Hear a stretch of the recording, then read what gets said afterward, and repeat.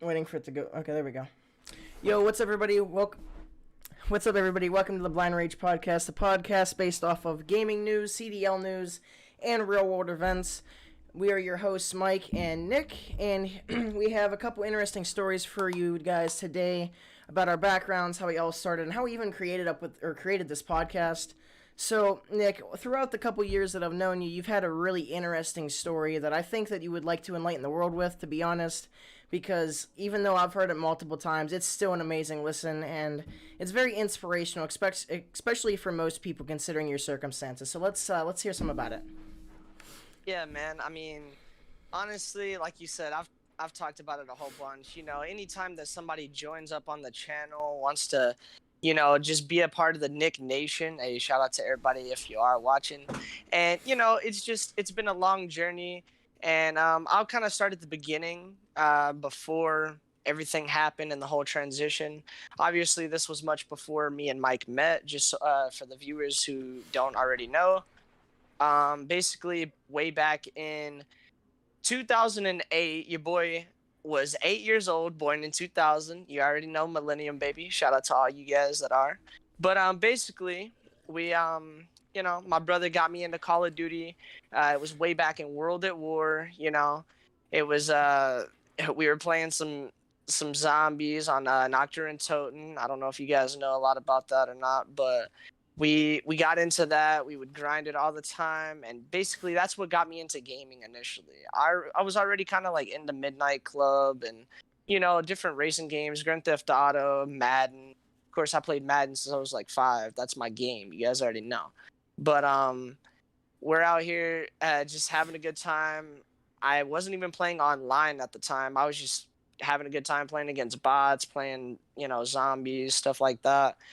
And I finally got into it pretty big. I'd say in 2011, I really got into Call of Duty, just started grinding it, putting in a lot of time for sure. And just coming home every day after school, playing the game with my boy, Jeremy Ritchie. Shout out to him if he ever somehow watches this. But yeah, we had such a good time. Come home, crack open a cold Barks root beer, which back in the day I was a Barks root beer guy, and nowadays, boys, I'm a Dr Pepper guy. Shout out to the 23 flavors plus me. Hopefully, we can get sponsored by Dr. Pepper at one point in time, because your boy Nick over here, he's basically a walking sponsor or walking advertisement right here. Yeah, dude, for sure. But basically I got into that. We would grind it every single day. My friend Richie would finally have to leave at like 10 o'clock at night. He was within walking distance, just walk home.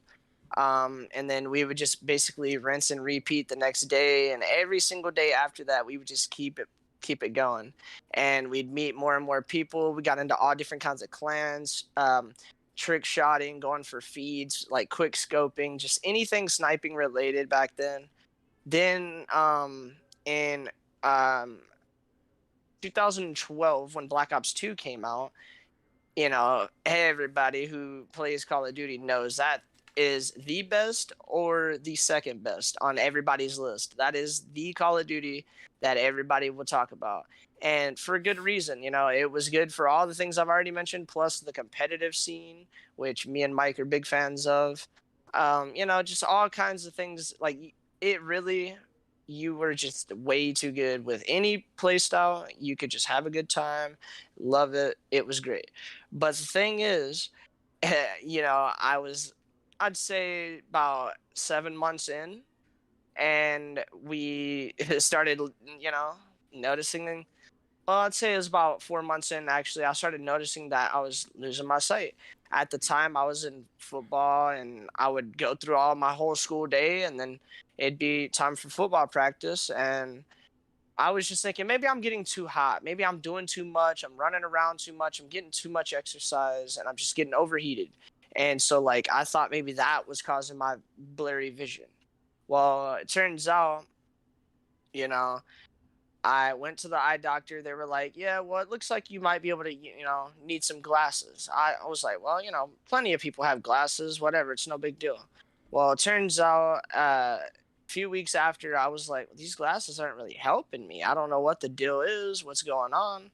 But I kept going back to the doctor, and the doctor basically was saying, like, she didn't understand. Like, she would pull my parents aside, and be like, look, there's nothing like that I can find wrong with him, like vision wise. To me, it looks like he has perfect vision. So in other words, she basically was saying I was lying. She was, telling my parents this. I'd go to school, and of course, back then I was a troublemaker. I had a lot of write-ups and stuff, so they thought I was just trying to get out of my work, or just trying to all around just get out of doing anything school related.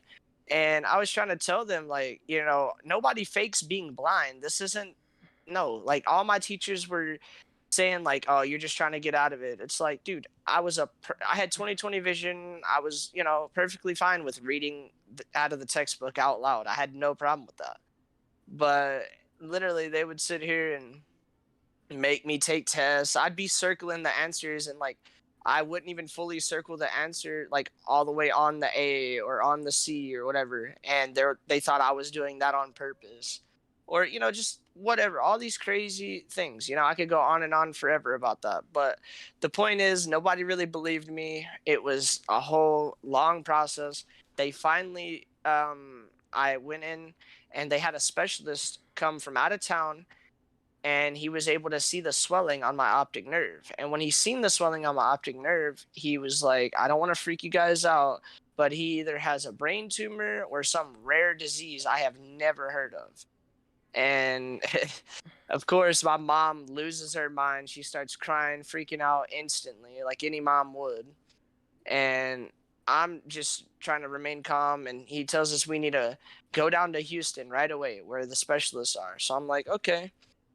So, we take a trip down there, and basically they run as many tests as they can. They're not finding anything, can't figure it out.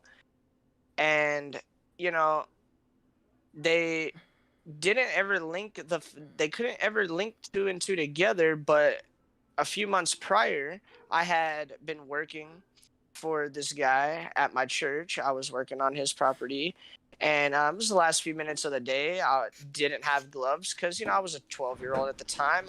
I'm not thinking about stuff like that. And I just reached down into the wood pile, and bam, right here on my index finger. I don't know if you guys can see that. Probably not. But on my right index finger, there is permanent damage where I got bit by a 4-foot copperhead snake. And basically, a few months later is when I started to notice that my vision was declining. But me and none of the doctors really put two and two together until we realized that it put me into shock. And what that did was that sped up the process of me losing my sight. But they couldn't figure out what was causing me to lose my sight, because it wasn't the snake bite itself. It just accelerated everything in a sense. Like it caught whatever would have happened down the road is going to happen now, and it's going to be at an accelerated rate. So like, you have less of like your vision left in a sense. Like the duration is going to be a lot shorter because of it, correct? Yeah. So basically, instead of losing my vision at 25 to 30, which is, so I'll basically tell you guys they figured out, they did a spinal tap.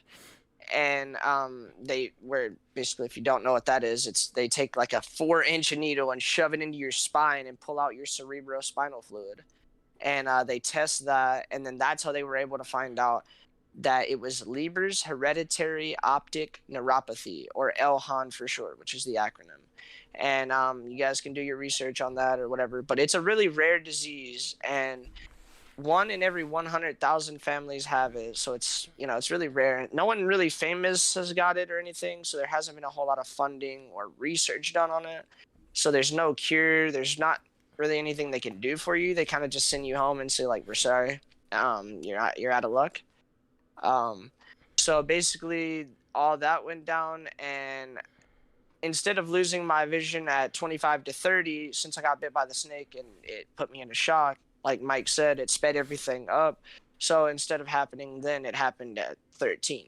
So 4 days after I turned 13, I was diagnosed with Leber's hereditary optic neuropathy, like I said. And that, kind of changed my whole life, because, it's not just how I play the game or how I have fun, or, it literally affects everything. How you do your schoolwork, how you do anything. It reworks like your whole lifestyle in a sense. Like it changes everything in a complete 180. Yeah. So I basically had to completely, relearn how to do everything in a sense, because I had to stop being so visual. And even still today, I'm a very visual learner. So I have like a CCTV, which is a magnifying glass basically, but it's a camera, and it just looks down on a tray and it magnifies any type of paper, anything you put under there. And then I also use like the magnifier on the computer to blow everything up and make it bigger. Just for those of you who are wondering like how I was able to do stuff like that. So I was able to get through middle school. This happened the end of 7th grade going into 8th grade. So I was able to get through middle school. I was able to I went up to the school for the blind in Austin. I learned Braille. I learned how to do that, where you fill the dots and you be able to read that way. But they felt like I was never going to be efficient enough in it and be quick enough to be able to keep up in reading and writing in it. So they decided like a screen reader or JAWS, which is what a screen reader is, or using a magnifier would be more efficient, would be overall quicker. That's just how I learned. That's how I was better equipped. So basically, after I'd say about halfway through the semester of being there, like I kind of realized like I was like I don't belong here. I want to be a normal person. I was spending my whole weekend traveling back and forth to Austin, and then like when I was here, it was like I didn't, I had very little time. I didn't even get to go to church like I like. I just didn't get to do anything that I actually wanted to do. And then when I was there, no offense to anybody when I say this, but I mean, I felt like they had a lot more problems than visual problems. Like they also had something mental on top of it. And so like a lot of those people kind of turned me away from that school in particular, just because it made me feel even more isolated from the world. Just because I was surrounded by nothing but problems, it made me feel, it made me feel You like I didn't was feel even like more. it was making you feel like you were like, and like you stood out from society. You felt like you were being Yeah. catered to in a sense, and you didn't like that feeling. And I couldn't blame you because I wouldn't like that either myself. Yeah, so basically I told them after the semester, I was like, so I stayed there a whole semester, finished the semester out, and I was like, all right, so I'm gonna go back to my high school. I think it would be much better. I'm gonna, I talked with the high school. They brought in teachers from out of the city, from a different city, and they got a Braille class added to my high school because of me specifically. It made like the papers and everything. I I thought think it was pretty that's cool. kind of badass. Yeah, I could agree with And that. yeah, so I mean, it was pretty cool. It was like the talk of the town. It's a small town. Everybody was saying, "Oh, the blind kid's coming back to town," and everybody like some people might be offended by that, but to me, I thought it was pretty cool. Everybody in the town was talking about me, and if they say blind Nick, or they say the blind guy, like everybody knew. Like if you said Nick, there's 15 Nicks here. If you say the blind guy, everyone's like, "Yep, that guy, him." I have a question for you. I don't mean to interrupt your story because I know like we're still going through it. However, even before and after, like you went to the special like the funded school that taught you like Braille and all that. Do you feel like a lot of like a lot of people in your school, like there was obviously a large population that like enjoyed your a company, but do you think like you got negative feedback from it as well, and like you think people were still trying to believe that you were just like faking it in a sense and like just trying to like bring it all out to this long extent for nothing? Well, see, that's actually funny that you ask because I came back and I didn't talk a whole lot about it, but like I did say at the beginning, I was a bit of a troublemaker. I got wrote up quite a bit. Um, Basically, I moved from Houston to a small town in East Texas where everyone's real country and southern, which is not a problem, but they just didn't like me in the sense that I was a city slicker in their eyes, and they were like, we didn't. And basically, the principal kind of came out and straight up told me that he didn't like me, and like that he was gonna give me double punishment, even if I committed the same quote unquote crime, or I did the same thing that some other student did that was from here. I was getting twice as much punishment just because he didn't like me, basically.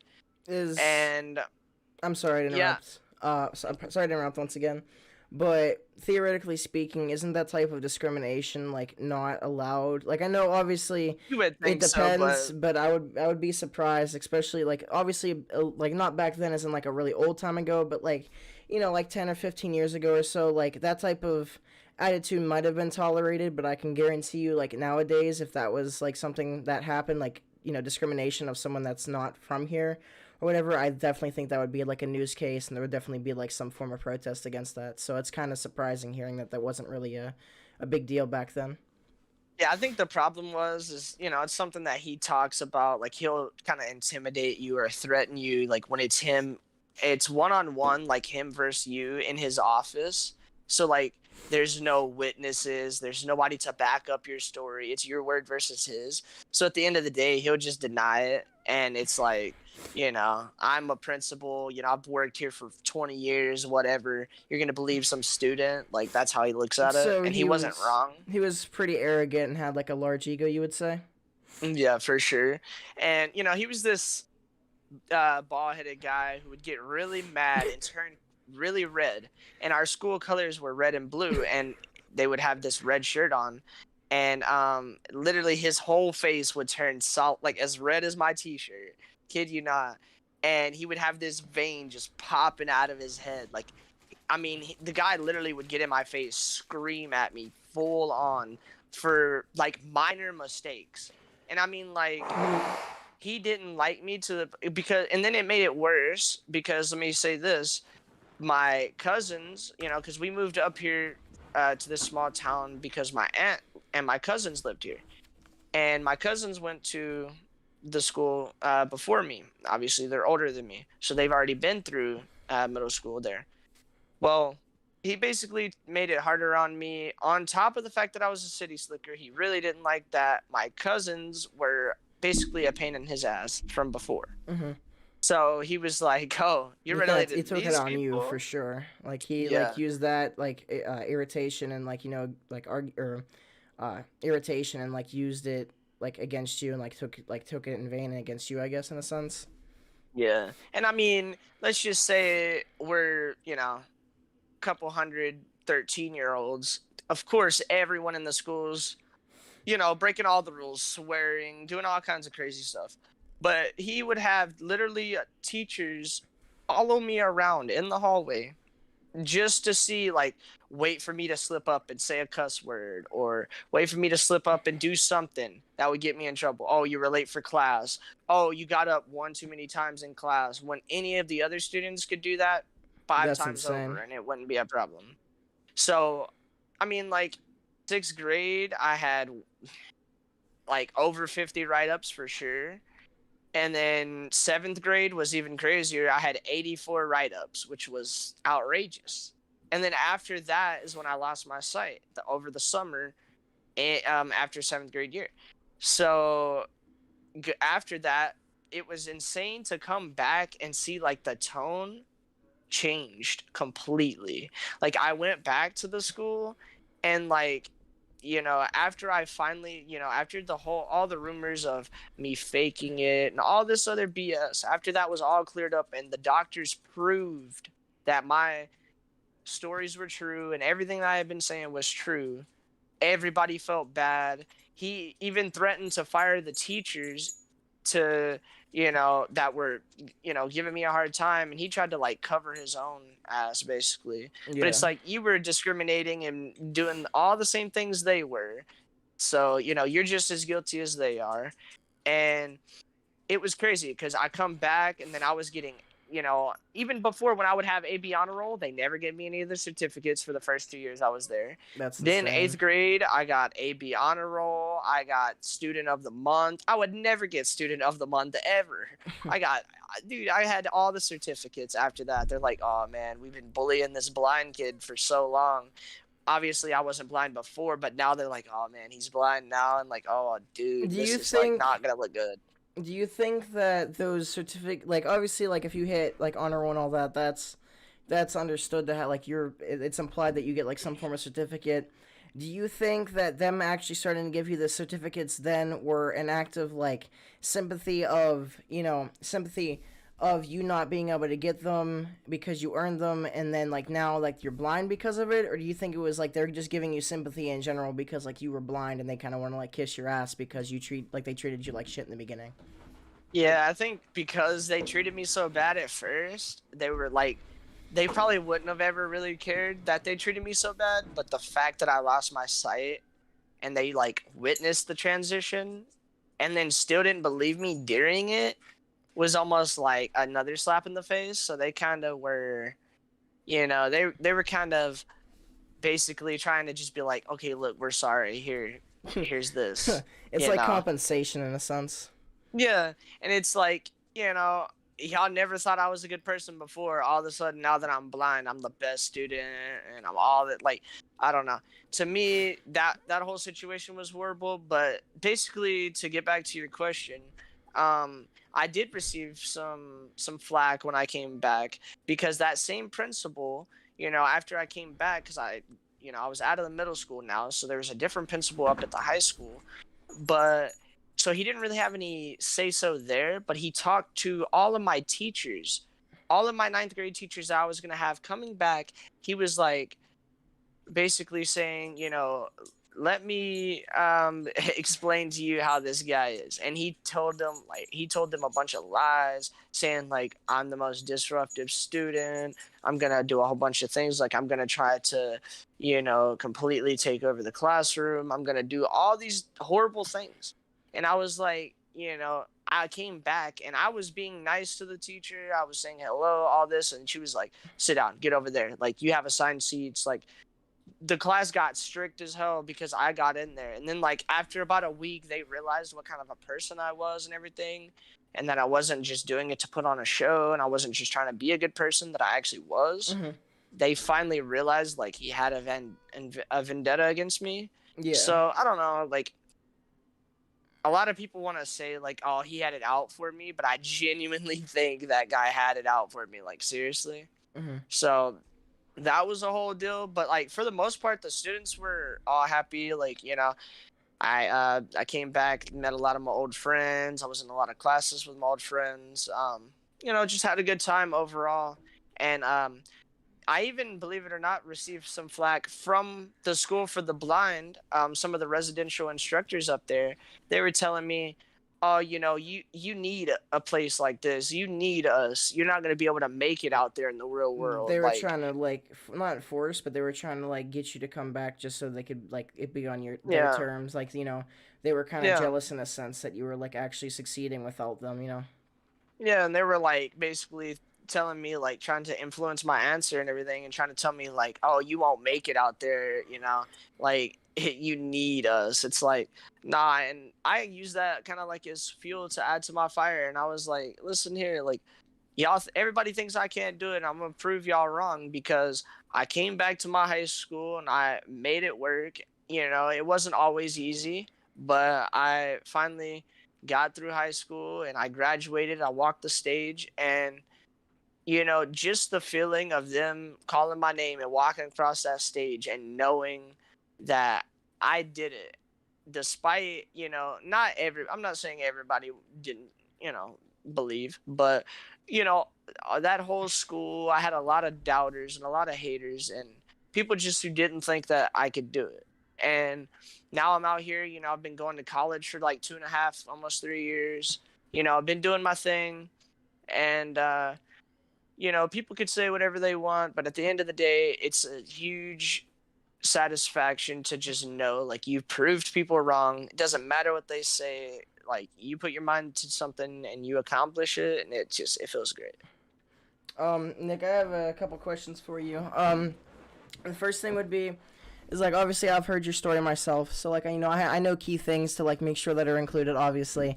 However, can you talk about the fact, like, how, like, obviously I'm aware of this, but, like, how you were with your trickshotting and, like, your quickscoping and BO2, and then, like, how after you lost your sight, how, like, video games and, like, Call of Duty kind of became, like, your main grind because you couldn't do a lot of the things that you could before? Yeah, so, like I was saying before, basically at the time, I was heavily into Black Ops 2. Played that pretty much day in, day out. And I was a really good quickscoper at the time. You know, I felt like I grinded a lot with the ballista and the DSR, and like I felt like I was a really good player. So I entered a PlayStation 3 tournament, 10,000 people entered, and I felt like I was doing really good. I got all the way to the third and final day. You know, we were doing great. I got all the way down to 16th place. And for those of you who are wondering, it's a 1v1 tournament, quick scope only.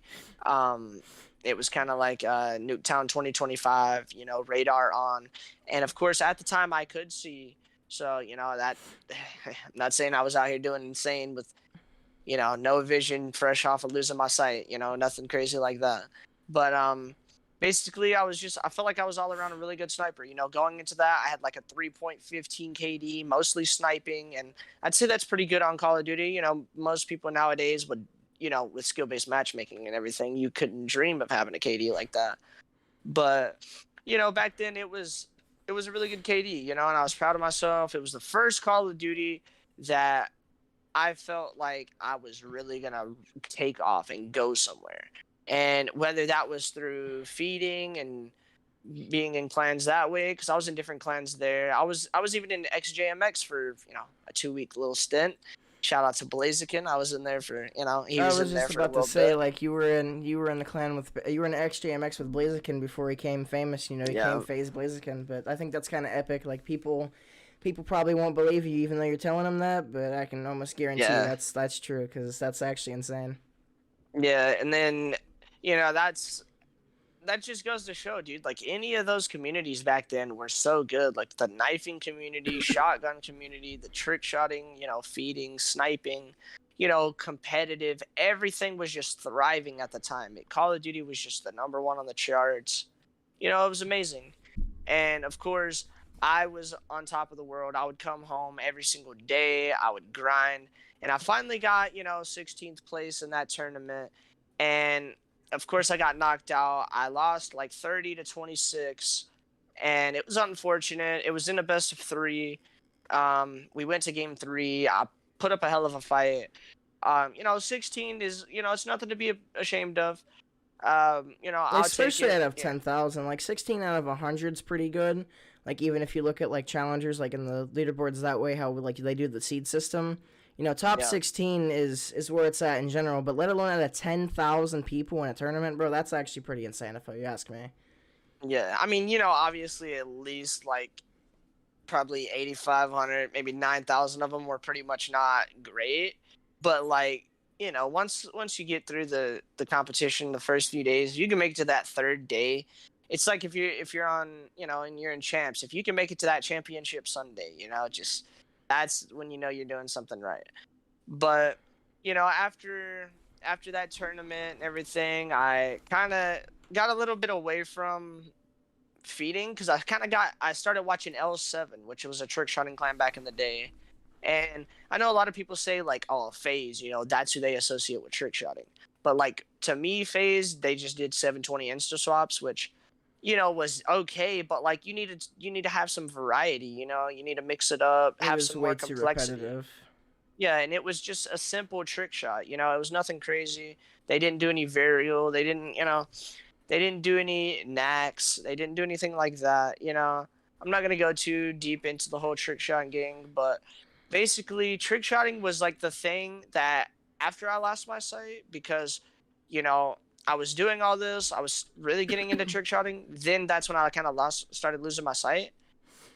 And so I was like, you know, kind of losing my mind in a sense, because, you know, you're going through the 5 stages of grief, you're bargaining, you're going in denial, you know, you don't want to believe it, you have all these crazy things going on, and then on top of that, I just was shitting the bed game after game after game. I mean, I imagine your 3.15 KD that you worked so hard for just dropping and dropping and drop. Like, I mean, it was steady every game. I would look at my KD and it would just be down, down, down, and before I knew it, I was all the way down at a 0.6 KD.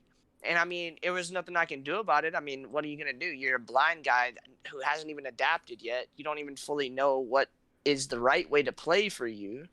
So I basically just kept playing, you know, I didn't really I couldn't really do anything anymore. I had to quit playing football. I had to quit playing basketball. I got, they wanted me to keep playing football, but they were going to just pity me. They were trying to give me free touchdowns and didn't want to hit me. And I was like, no, I'm not doing that. You didn't want like the So, sympathy and all that. And correct me if I'm wrong. However, whenever it came to like well, not just BO2, like obviously like your stats are like they were really good stats and they tanked, but like even overall, like going from like 0 to blind, like from like 100 to 0, not obviously 0 is in sight, but like like the momentum just shifts down to 0, doesn't that get kind of like demoralizing and depressing? Like I know you're a very easygoing person, like outgoing and super positive, but like at a certain point, don't you kind of get like down in the dumps after like something like that ends up happening to you?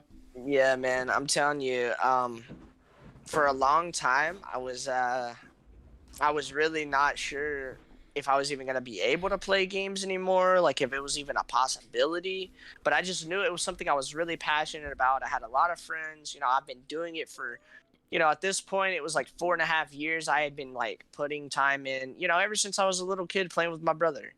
And I was just dedicated to it at this point. You didn't want to see that go down. You don't want to see all that effort go down to nothing. You rather play and like adapt than just quit completely and then have all that lost, basically. Yeah, well, and I had already felt like I had given up everything else I was passionate about. I got replaced on the basketball team by someone else who they thought was better because he had vision and I didn't, even though I was still a damn good basketball player. They didn't want to give me that shot. People don't want to roll the dice and take that chance. And same thing with football. They thought they were going to hurt me, wouldn't hit me, wanted to give me free touchdowns. So I was like, no. I ended up quitting that. They kind of got rid of me off the basketball team. So basically, I'd come home. I was home. There was no football practice. There was no get up early for basketball. I was here. So the game was here. I was here. It just made sense to try my best to just keep playing and adapt. And I'd say maybe about 6 months later, I finally started to just get into a rhythm of just, back then, Black Ops 2, I'd say, was maybe one of the best games when it comes to being blind, because I literally could throw on a target finder and just see anybody on the map. Target finder SStat was the go-to back in the day. Yeah, dude. I mean, you could have target finder on literally all my guns, and if I needed long shots, bam, I was golden. And of course, in these newer Call of Duties, I can throw on like a sniper scope on an AR or like whatever. A thermal of some sort. Yeah, so that's good, but I always try to find my way to adapt. But I would say, it definitely took a lot. I even had to return to my roots as far as gaming, and I had to go back to zombies, and I played zombies. I felt like if I can't even accomplish playing a decent game of zombies, then I'm never going to have a chance in online multiplayer. Yeah. So I finally figured out zombies. I got back. I got really good at that. Started, getting round 50s, round 100s. Started loving that. And then I got back into the multiplayer after my friends slowly started getting me to 1v1 him and do different things. And then, we started playing Search and Destroy and just getting back into it little by little. I eased back into it. And before you knew it, I was out here dropping 10 kill streaks. Then I was dropping 15s. And then I finally was able to get a nuclear. And I remember when I got my first nuclear, I was on standoff, domination, and I camped my ass off with a target finder MK48. And I remember this shit like it was yesterday because, dude, the feeling that comes over your body when you get a nuclear is so crazy, especially because it's not like I'm swag or I'm, so scumpy or somebody who's on top of the world. Like I'm already at so many disadvantages being legally blind and having all these problems. And I dropped a nuclear. Like I could not believe it. And then within 2 weeks, I dropped 2 more. And of course, I thought it would continue from there, but if it didn't, unfortunately. Like that after that, Ghost came out and I played that, didn't really like it too much. And then so I kind of started getting back into trickshotting. I started watching more trickshot videos. I was like, man, I really like this. I don't know if I can spin that fast though and play on insane sensitivity and play on 14. I don't know if I can do that with my blindness. But I said, screw it. I'm going to go in bots. I'm going to practice on capture the flag, and I'm going to just have them set up, and I'm going to keep doing it and keep doing it. And I would basically, like a pro player, would grind and practice and everything else. I was doing the same thing, but with trick shotting for hours a day. And I finally got to where I was damn good, and I made a couple trick shot clans. Um, I was in Fear. I was in Aquatic, which Aquatic got up to almost 10K subs at one point. And then I left Aquatic with me. It was my idea to leave because I didn't like the leader. The leader kind of was a fan. He liked Trips, which was the co-leader. He liked him a lot just because he was the editor and he had a PC and could do all that. You know, we were playing on PS3 at the time, so you needed all that if you wanted to be able to put videos out there. So, you know, Trips was a lot like the people in FaZe. He would go for these 720 insta swaps or a 1080 insta swap, and it was the same shot over and over and over, but with a different gun or with a different reload animation. Or he would tomahawk him instead of shoot him. But like I was actually hitting very complex, like trying to mix it up, and so I wouldn't hit as often. But when I did, it was more shocking. It was like it had a bigger Yeah. impact and everything. Yeah, it was way more complex, and it was a lot more satisfying to hit a shot like that because, in my opinion, anybody can practice one shot over and over and just keep doing that and be, you know, pretty successful. But when I decided, like, okay, this is enough, I'm going to leave, we're going to start our own clan.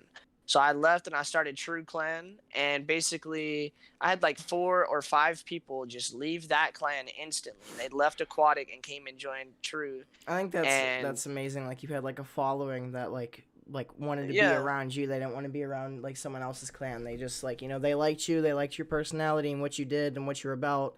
And they were like, I'm gonna follow him. I'm gonna join him in his, you know, in his route, like his triumph. Yeah, that's what it is, triumph. You know.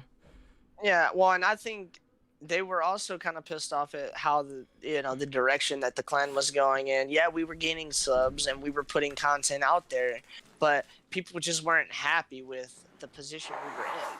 And so they understood where I was coming from, and so they kind of agreed and decided to come along. And within, I kid you not, 2 weeks we were already up to like 800 subs. Like we were doing great. And then insane. like things just fell apart. Like I don't know, like you know how it always ends up happening. One thing leads to another, and then you know my editor that I had, True Storms, he was he just, you know, he got grounded for like the whole summer for stealing. Him and his brother stole the car and went to a party, and so they got grounded for the whole summer. And I have no idea why, but he said something about it was a girl he liked was there, so it made a lot of sense to me. So, you know, he went and did that whole thing, and he got grounded. So he basically didn't say he was done, but he said like, I can't do anything about the content. Like physical like limitations. He literally could not do Yeah. it. Yeah. Yeah, so then Extreme was he took over and he was doing the editing and was putting together the content and all that. Well, he got a PC and you know, a better PC, and started getting into hacks and mods and cheating, and just started going that route. Wow. Back when that started to be big. So he did that, and so that's kind of how we lost him.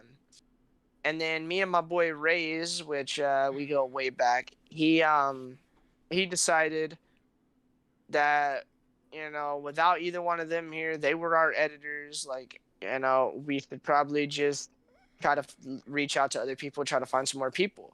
Well, in doing so, we kind of tried, and everybody tried. Well, in reaching out to other people, they kind of found clans that were looking for other people. Like, and my boy Gorge that I had brought in, he, you know, joined a different team. And then before you know it, it was just me and Rays. So we decided it wasn't really much of a team anymore. But we were up to like almost 900 subs when it all happened. So, you know, it wasn't too bad for not even a month we were together. But I'll definitely say, you know, after all that, that definitely made me realize, like, okay, even though I am blind, I can still hit trick shots. I've still hit feeds. I've got 3 nuclears. Like, I'm still capable. I'm a damn good Call of Duty player still. That was like the point where I realized, like, I can still do this. Of course, we did all this during Call of Duty Ghosts because we weren't huge fans of Call of Duty Ghosts. And then Advanced Warfare came out, so we kind of just played BO2 for 3 years until Black Ops 3 came out. I got me a PS4. And then September 24th, 2016, I almost a year after BO3 came out, that's when I started my channel. And believe it or not, I started my channel as Unlucky Charms, because if you guys have been listening this whole time and y'all are still here, shout out to you guys. Legit, like I said, everything that I've told you guys, pretty unlucky, I would say. I don't have good luck by any means. So Unlucky Charms, that was me. And I started my channel, and I started streaming right where I started with Call of Duty, on zombies. And I was having a good time, loving it, playing. And at this time, I had already met my good friend Dustin. I hadn't yet met Mike, because I met him a couple years later. And, just I did my thing. We streamed a lot of zombies. And then I met Cobra Pro Gamer. Shout out to Cobra. He, we met him. We did a lot of round 100s and Black Ops 3. Streamed those on the channel. If you guys ever are interested, y'all can go back and check those out. But basically did a lot of content on there. World War II came out. Had a good time. Wait. World War II is before BO4, right? Yeah. Yes, it was World War II, BO4, MW Cold War. Yeah. Yeah, so World War II came out, and then pretty much everybody hated it, except for me, as far as my friends go. So I was pretty much solo grinding. I grinded all the camos, got chrome camo, even though it wasn't worth it all. But I've always been a camo grinder. I've grinded, Dark Matter 3 times in Black Ops 3. I grinded Dark Matter in BO4, Chrome Camo in World War II, Exclusion Zone and Modern Warfare Remastered. I grinded out all kinds of things, guys. You know what I mean? Nick, pretty much all these games is where I grinded everything out. What's up, Mike? Nick, I got a few questions for you, and something I would like to add. One of the first things, since it's a little bit farther back in the whole history thing with you, is something I thought that was pretty interesting. Is like how you were in. I believe it was XJMX. I could be incorrect, but it was at a point where like they wanted you 24/7 practicing, and like obviously you wanted to practice and get better. However, you wanted to still play with your friends, and they either said it was them or your friends. And, I know you personally, but the podcast, like the viewers on the podcast probably don't. But that just shows the type of person that you are. Like, you rather be, like, real with someone than dedicate your time to something and then, like, just eliminate, like, your friends, like, that just shows how you are as a person and, like, what your personality really can be. And a few other questions that I have is, like, obviously you said that you've always been a camo grinder, but, what made you become a camo grinder? Is it the grind itself? Like, did it happen more after you went blind, or was it something that you've always wanted to do? Or, like, is it it's something to do so the game doesn't get boring? Or, like, what kind of thing in the whole camo grind system makes you want to do it? And then I would assume, you could correct me if I'm wrong, but, like, in the future CODs, what makes you still want to grind those camos even if they're, like, not worth it? Is it because, like, at this point you kind of have a legacy of being known for the legally blind guy, that gets every mastery camo? Or, like, can you tell me the deal with those couple things? Yeah, so I'd say it all started with Black Ops 2. Initially, I was never someone who grinded for camos. I was a sweaty tryhard. I was a quick scoper. I was either really heavily into competitive or I was heavily into trick shotting and sniping. I was never really somebody who used all the guns, cared about it. I was never that person. But I don't know.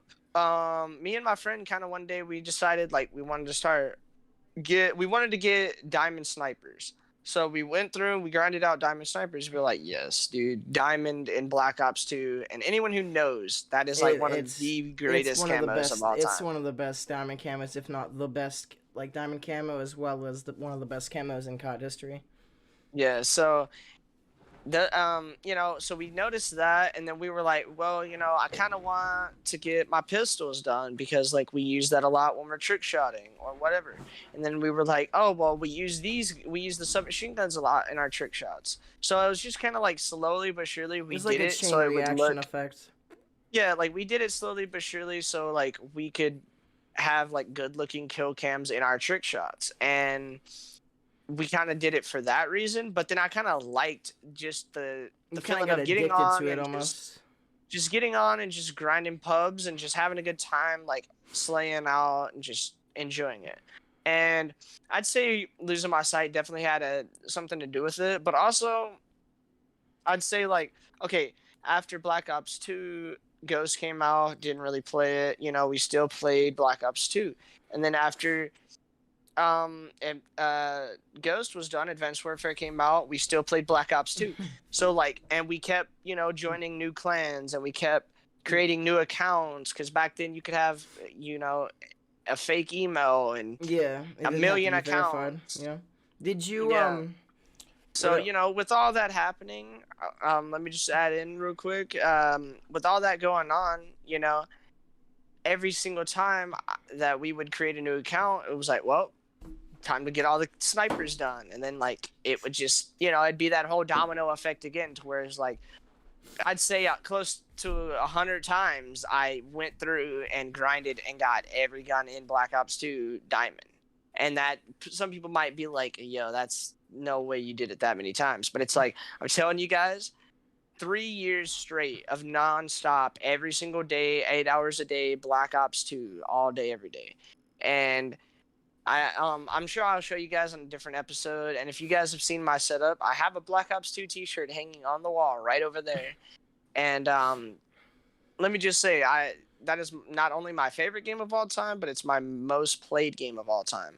I have like 285 days played in that game across all my accounts, which is almost a year, which is insane.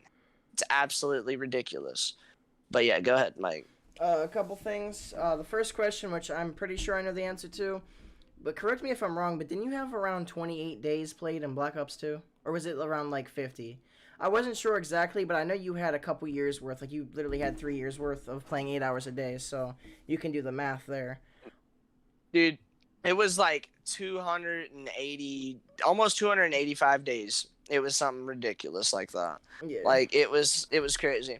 But as far as like grinding the camos and why I do it, like I said, since all I was doing was playing Black Ops 2 for so long, and I was getting all these new accounts and all this, I just kept grinding it out because I wanted to just say that I had it done. And Mhm. I didn't, and I kind of wanted it for bragging rights at first, but then once I realized how much I enjoyed it, I kind of just went for it. And then, you know, in some of these newer Call of Duties, I think they're not as fun to play as the older Call of Duties were Mhm. back then. So nowadays, I feel like I am playing in a sense to almost just, I'm not playing to have fun. I'm playing to grind and get things done, to Yeah. get camos, Because to unlock things, because the game isn't as fun as it used to be. So it's, oh well, I got nothing else to do, let me get on and grind this out. yeah. Or I want to do this for the channel, and this is good content, Yeah. so let me stream this. So that's kind of like why I grind the camos. It's not like as much like back in the day. It was, at first it started off just being passion, but of course it moved more towards it's something to do, Mhm. and it's a reason to just get on and play the game. But yeah. I have another question as well. We were speaking about this a few days ago because like this is something that I think every kid that's like a avid gamer would do. You know, is and another thing is like for instance, you would get yelled at for being up too late, especially when you were really in the passion pits there, and you would like fake your way back onto the game. So can you tell us your routine on that one because I think it's kind of interesting. Yeah, it was actually really funny. um Mama Charms, which for those of you who don't know, that's my mom. She would come in here, and she had her little routine too that she would do after dinner. We'd eat and everything around 8:30, and she would start about maybe an hour after dinner. So usually around like 9:30, she'd start telling me like, Nick, time to get off, take a shower, like, time to start getting ready for bed. And I would tell her like, okay, in a minute, one more game, Yep, I know how and that then it's goes. like, oh, 10 o'clock it rolls around. Okay, Nick, hello, what are you doing? It's like, Mom, we're still in the same game. Hold up, That's like, that calm down. lying through your teeth on that one. Yeah, it's Obviously like, unless you're playing zombies, but if you're playing multiplayer, you're lying through your oh teeth right yeah, there. Even a Dom game yeah, doesn't last 30 minutes. yeah. I was playing TDM after TDM after TDM. Facts. Yo, Um, it's like, oh, I went 35-3 this game. All right, let's see what I do next game. They're like, facts.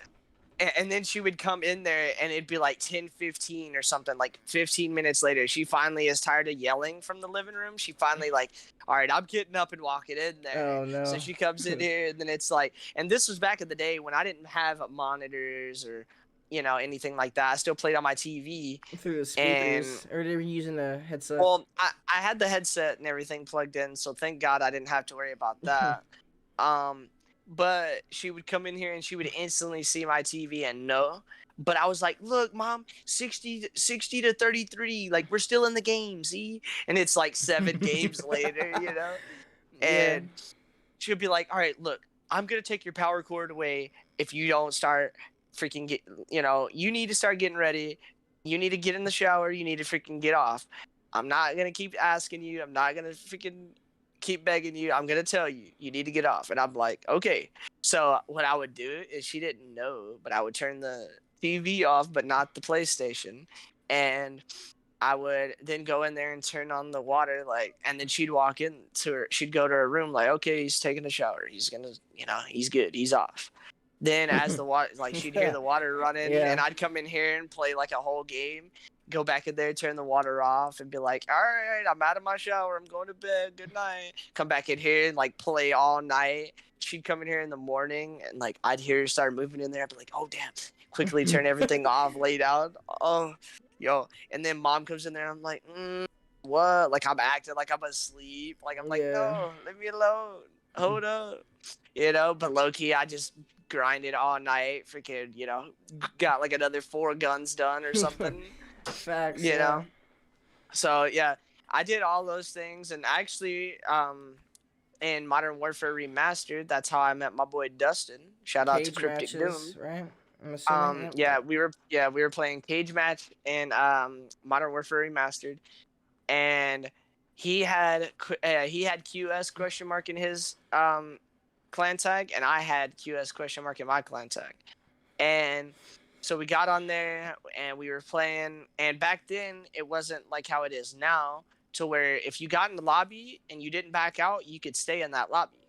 So me and Dustin stayed in the cage match, and we just played game after game after game after game, literally all night. And it, like, I joined up, and it was going to be my last match of the night. And I linked up with Dustin, and I still remember this. Literally, he was drinking milk and dipping graham crackers in his milk and eating graham crackers and drinking milk. And I just remember, like, we sat there and we talked all night long, freaking playing the game, just had such a good time. My mom was so pissed when she woke up in the morning and walked in. Because, I was talking and everything, so I didn't hear her come into the door. Yeah. And so she opens the door, and I'm just sitting there playing the game, and I'm like, damn, I'm in trouble. But it was like, oh, well, I met Dustin. It was a good time. It was worth it.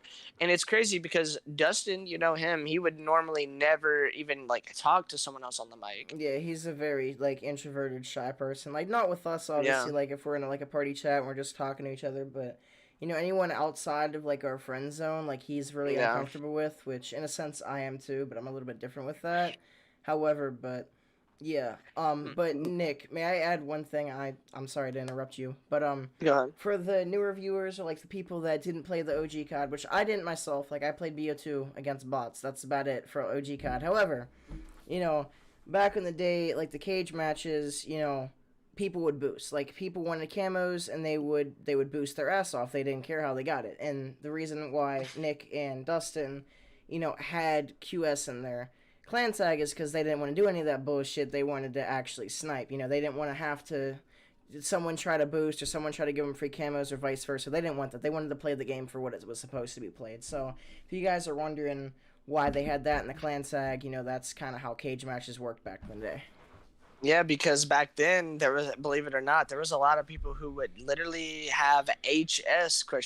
So for headshots, and they would literally, if they would join and you didn't have that in your clan tag, they would just back out because they were looking for someone else who had that so they could boost with them.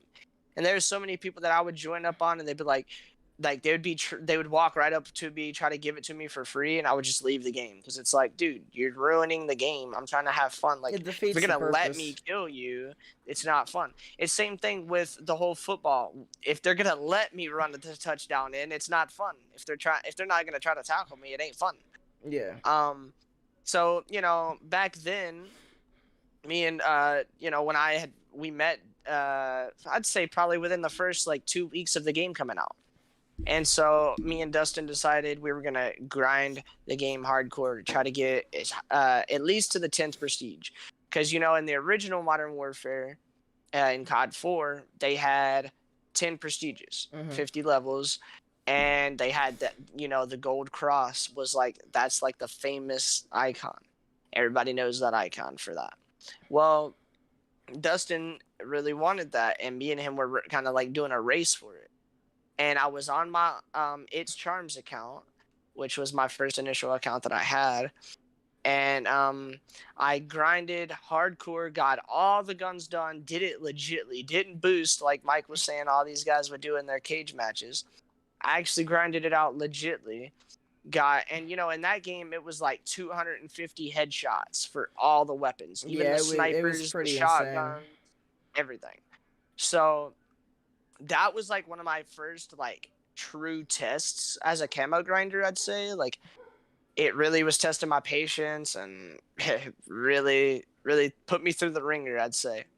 And so I did all that, and then I was going to be okay, I'm going to be like all those other YouTubers. I'm going to post a video of a best class setup. And to flex hardcore, I'm going to show my exclusion zone on all my weapons. I'm going to have it on my deagle for all my classes, on my secondary, and I'm going to have it on all my, setups on my show. So I recorded the video, went through, and I tried to post it, but instead it made me, I don't know what happened, but it was telling me something was up with my YouTube. So I tried to go sign out of my YouTube, but instead I signed out of my account. That's what I was just about to ask you for that part of the story. Yep. Yeah, and so I signed out of my actual PlayStation account instead of my YouTube account. And I didn't have the email because it was my friend's email from back then, and he no longer even had access to that email. And didn't know the password, had no way to get back in there. And so I was pretty much screwed. I tried to contact Sony.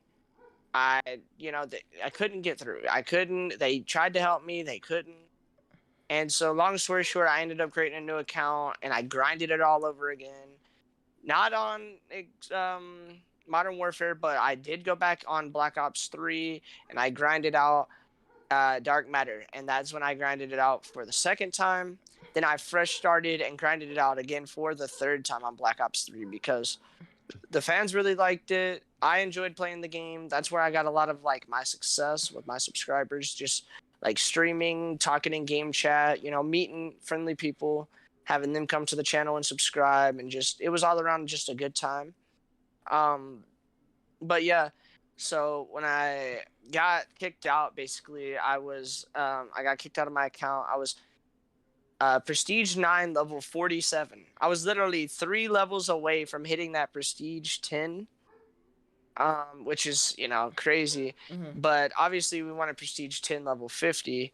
But still, the fact that I got that close to Prestige 10 when I lost my account, it was unfortunate, but it was, it was a good learning experience, I'd say, for sure.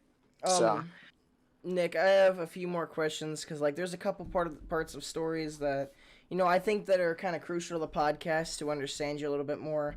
I have 3 questions for you. I don't really care what order you answer them in.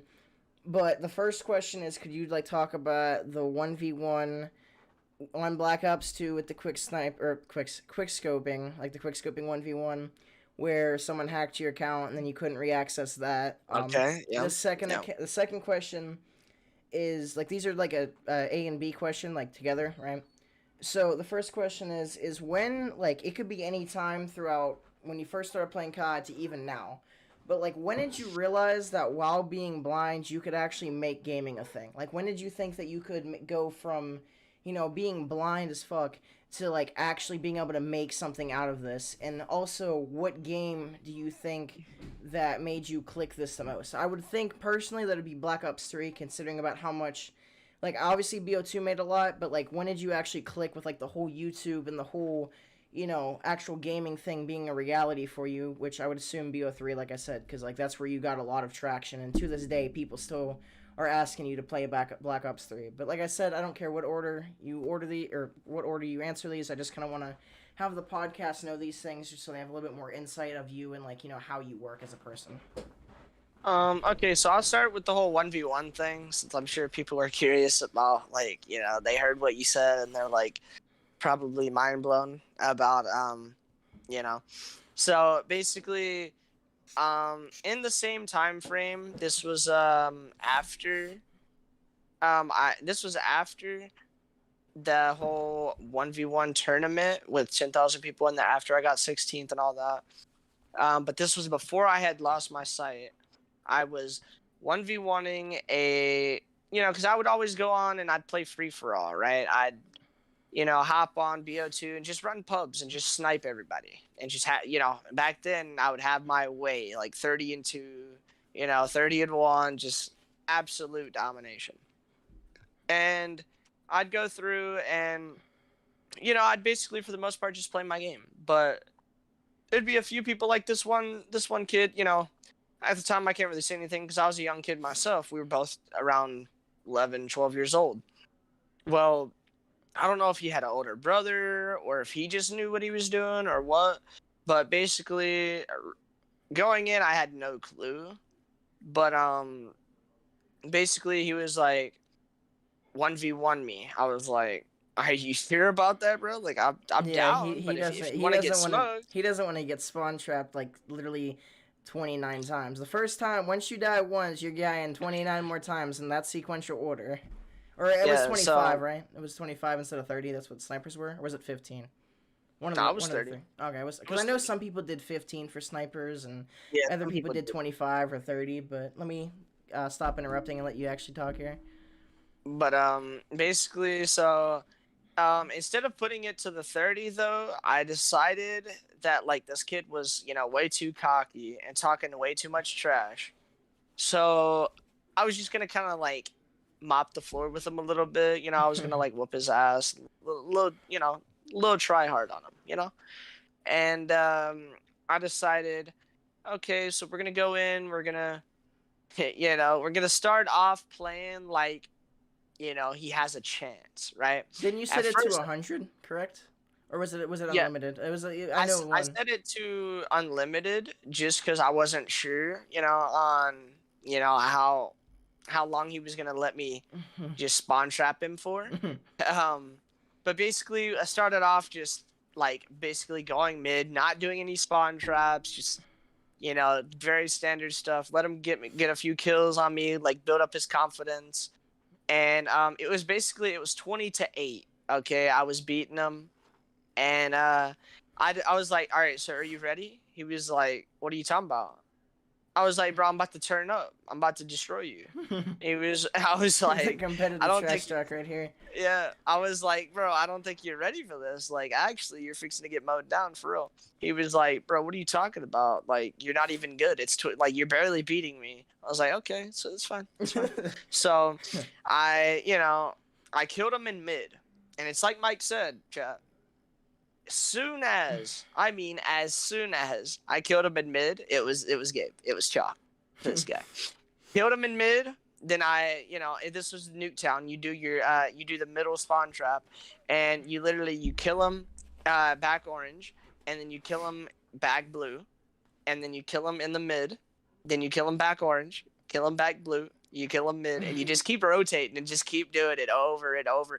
And dude, I had kill cams turned off, so he couldn't watch a kill cam and get out of he his couldn't get spawn. off of the spawn trap, yeah, because once you spawn in, he was in your crosshairs, like he was about to die no matter what, so he couldn't get out of it. And there was no like, oh, I'm gonna just move and get out of the way, like it was instant. As soon as you spawn in, dead. Yeah, like, and it was just, and I had it down to where like I was not getting a hit marker, even though it was on 30 health, like, and I was shooting through like the whole bus, like when you do the middle spawn trap, like I had it set up to where like I shot high enough to where I did get a hit marker, none of that. And I don't know if, I'm sure none of you guys have this good of a memory. If you do, shout out to you. But for those of you who don't know, the ballista has 63 bullets total that you can have.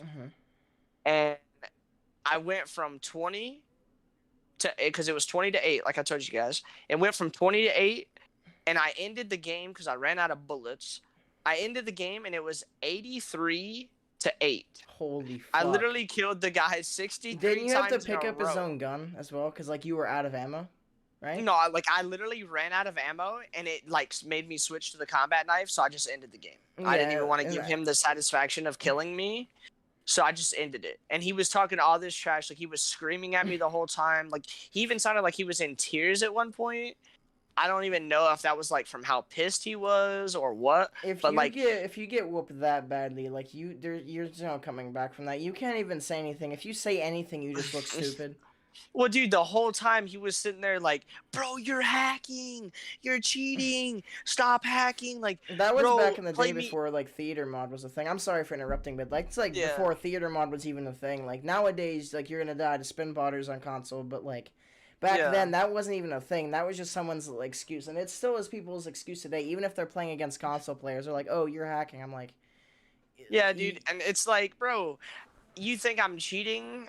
Like, no, I just know the spawns. He's like, there's no way you could be that good and know the spawn traps and be hitting them that good. Was this before or after you were blind? I'm assuming this was before, correct? So like I said in the beginning, this was after that tournament, but before I lost my sight. Okay, like, did it start sitting in at all, or was it like you were still at 100%? Yeah, I was still at 100% at this point. And so basically the whole time he was screaming that I was hacking and I was cheating and all this, and he was basically saying like, I'm gonna freaking he was like, I'm gonna delete you. And then I was like, what do you mean you're gonna delete me? What does that even mean? And then he was like, I'm gonna take your account away. You're cheating. I can't believe that you're a hacker. I'm actually playing against a hacker. And he was like 12 or something, so I didn't take him serious, you know what I mean? I'm sorry to interrupt. However, can you hold down the fort for a couple minutes, because I have to go do something real quick, but, well, stream as well as the podcast. You know, Nick got an interesting story here, and I'm still going to be able to hear him because I have a wireless headset. So I'm not going to be here, but, like, I'm still going to be here, so, like, you continue on, Nick, and just hold down the fort for us. For sure. So, basically, guys, I didn't believe this guy. I thought, you know, his... quote-unquote threats didn't hold any weight. You know, I was like, there's no way that this kid actually is gonna like take my account and just delete it, or, you know, change the information or whatever. I didn't take him serious. So I'm sitting there just talking trash back to him, like, bro, you ain't about nothing, you're garbage, like, I just ran you over. And then in the middle of me like running my mouth talking trash to him, it literally says, you have been signed out. And I'm like, bruh, what? And I literally tried to go sign in, and like my password just wouldn't work. Like, he changed my password, and then I looked at my email. He changed my email too. So I'm like, bruh, he changed my email and my password. And then he wasn't even like using my account for anything. He just changed it so I couldn't use it. And basically this was like back in the day when, like, if you knew somebody by their, like, you could know somebody based off of just what their PlayStation or their gamer tag, like either their PlayStation name or their gamer tag, but whatever console they were on, you knew who they were based off their gamer tag. Like, you were like, oh, and back then my account was legit full. And back then you knew, like, damn, like, this guy literally, he knows. He knows what he's doing. He's a damn good player. Like, people, when I joined the lobby, people knew, you know. Obviously, it's way different nowadays. Nowadays, people know you if you have like a successful channel, stuff like that. But back then, if you were just a really good player, they knew you based off your gamer tag. That's just how it was. And so he kind of took that whole thing away from me. Then that's when I kind of got away from 1v1s, and I kind of stopped, you know, doing that whole thing. And I didn't really stop liking sniping or get away from sniping really, but I kind of got more into the competitive side. I started liking, playing league play and just enjoying, different things like outside of this whole sniping community. And started using the MSMC and just started, vibing out, trying to just get really good at search and destroy. And then I clutched up my first ever 1v4 and just fell in love with it ever since then. And I realized oh my, that's when I was like, yo, this is so good. I started having a lot of fun on that and everything else. But basically, to kind of answer your question, Mike, about when did I really kind of realize that I could make it in gaming, even despite being legally blind, I would say there's a few times where it wasn't just one time. I'd say when I first started, when I got those first few nuclears, I kind of was like, yo, I can actually still play. I can make this. It gave you hope and a sense of not accomplishment, but again, gave you a sense of hope and it reassured you that you were actually able to actually able to do this, considering your disability and your situation. Yeah, and it was the first good thing I have done, stats wise and video game wise, since losing my sight. So I was like, yo, I can actually, I'm not worthless. I actually can play somewhat decent. And so then I'd say that was a huge moment for me, but also I'd say in Black Ops 3, when I started just gaining a lot of traction, then I started having Ray's Beauty and Ray's Aim Above. Shout out to both of them. They are amazing streamers, really good YouTubers. They helped me gain 250 to 300 subs. So at the time I was at 225. They helped me get to 550 almost, maybe 500, something around there. So yeah, they helped me out a lot. Shout out to them. They found my channel and kind of realized, and I think that's really what it is with me, is the world just really does not know that there is a legally blind gamer who is nasty, really good at the game. And I'm not even trying to toot my own horn. I'm just trying to elaborate for you guys and kind of explain that I'd say I'm pretty damn good. I'm not saying it takes a whole lot of skill, but I grind all the camos, I get 25 plus streak, gun streaks in every single Call of Duty. I go through, I drop pretty good gameplays. I get the max rank in every single league play. I've had plenty of wins when it comes to Warzone and Blackout. I feel like I'm a well-rounded player. Mm-hmm. And I just don't get the credit that I deserve when it comes to YouTube or just gaming in general. And I think it's not because people don't want to give me that credit. They just don't know. They don't want to take a shot in the dark. They don't want to take go out on a leg and then you do horrible. Which leads. I'm sorry. Well, I was gonna say, and also it's not just that they don't want to take a shot on me, but I think just people don't even know that I exist mainly. Mm-hmm. If there was a bigger YouTuber, or if there was even just one of a bigger personality on the internet that knew of me and wanted to share that with their audience, I think I would instantly kind of blow up. But obviously it's all completely you got to be consistent, of course, but I'd say a lot of it's luck based as well. Mm-hmm. It's all on analytics and how you're discovered. You don't truly people think with YouTube and Twitch and all that. Yes, Twitch is a little bit easier with discoverability, but it's also harder. But we can get into that in a separate video or a separate podcast. However, people think it's all about analytics, which it is, but it's all RNG based. It doesn't matter how much effort you put in. If for instance, for me, in my YouTube, I put quite a bit of effort in there. Sometimes I put videos that I wouldn't like I don't take as much pride in, but like there's videos where I have a lot of passion and pride and I don't really get anything in return of that. So I definitely agree with you 100%. That's something that YouTube screws all of its, users over, and it's all RNG and luck based. It's not based off of if you're a good content creator or not. It's off of if you get lucky enough to be one. Yeah. And I think a lot of it is, and it applies. This applies not only to YouTube, but I think also to real life as well. Um, I'd say pretty much in any scenario, it's not always. It's really more about who you know than it is what you know. Yeah, that's Because 100%. let's say I've been grinding for almost 8 years almost. it's been Almost 8 or 9. it's been 5 years on YouTube specifically. Mm-hmm. September 24th, a couple days ago. Hey, shout out to Liddy. 2 days ago. And so we just hit the 5-year mark for YouTube. I've been grinding, putting in a lot of time, and I haven't been the most consistent. So a lot of people could say like, oh, well, your consistency is what's holding you back, and I definitely would agree with you. But it's been hard for me between school and college and just everything I've had going on. Like college and a job alone. Like obviously, I know you're not employed. However, college and a job that's enough on your plate. That's literally all. That's all your day. Like I have friends, especially like my one friend. I believe he's 18, and at one point he had 2 jobs, and he went to college, and he got like 2 hours of sleep a night if he was lucky. Like he didn't have enough time in his day to do everything he needed. Like he would bust his ass at work because he used to like work at like a church, like helping out, and then he would come to where I work, and like he would work there for a couple hours, and then he went home, did his college work until like 6 in the morning, and then he had to go to college in like an hour.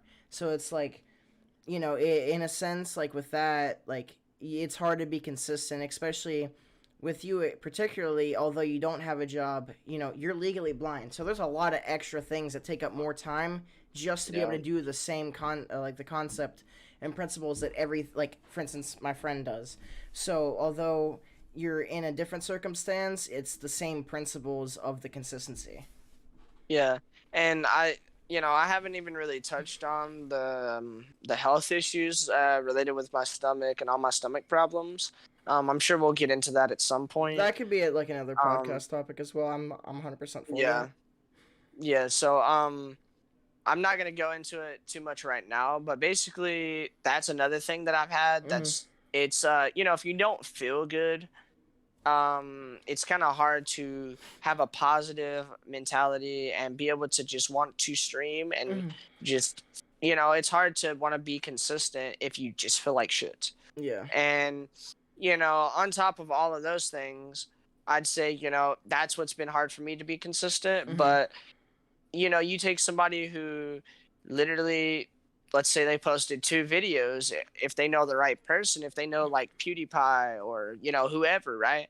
If they know the right person, Scump and Formal don't really, like, Scump uploads here and there, but Formal doesn't upload. But like even knowing them, like on social media, that player could send the word or like put the word out. If it involves the same genre as them and people follow, like let's say some people follow Formal.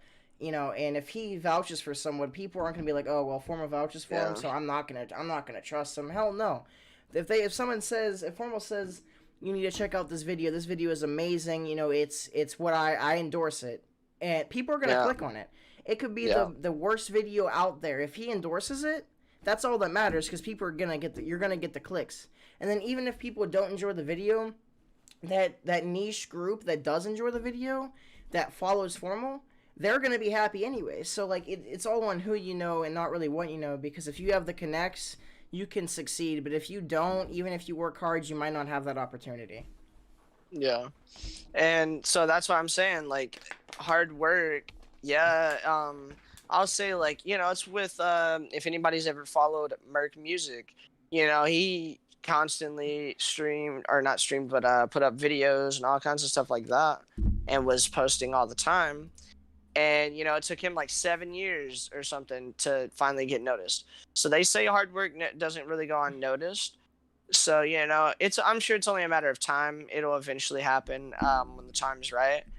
I just got to keep putting in that time and everything. But it's just unfortunate how you can see some people come on, make one or two videos, and they're at like hundreds of thousands of subscribers when it's like, I literally, I hit over 1,000 over a year ago, and I'm still not able to get monetized just because I need 4,000 hours watched in the last 12 months. And that's been like the struggle for me, just trying to, not only because it's not only me streaming, it requires, the people People to watching. actually watch it and want to be there, yeah. Yeah. But yeah, like obviously there's some topics here that I can definitely see in a future podcast, like like the CDL genre, like the Call of Duty genre and all that. How like we became the duo, like how are we even making this podcast right now, like why, like why we're doing this in the first place. So I think those are like options for future podcasts. For Like sure. we're trying to keep it on like this schedule could change, but we're trying to keep it on Every Saturdays Saturday. late at night Yeah. between, like, I'd say it starts at like between 10 and 12. And Yeah.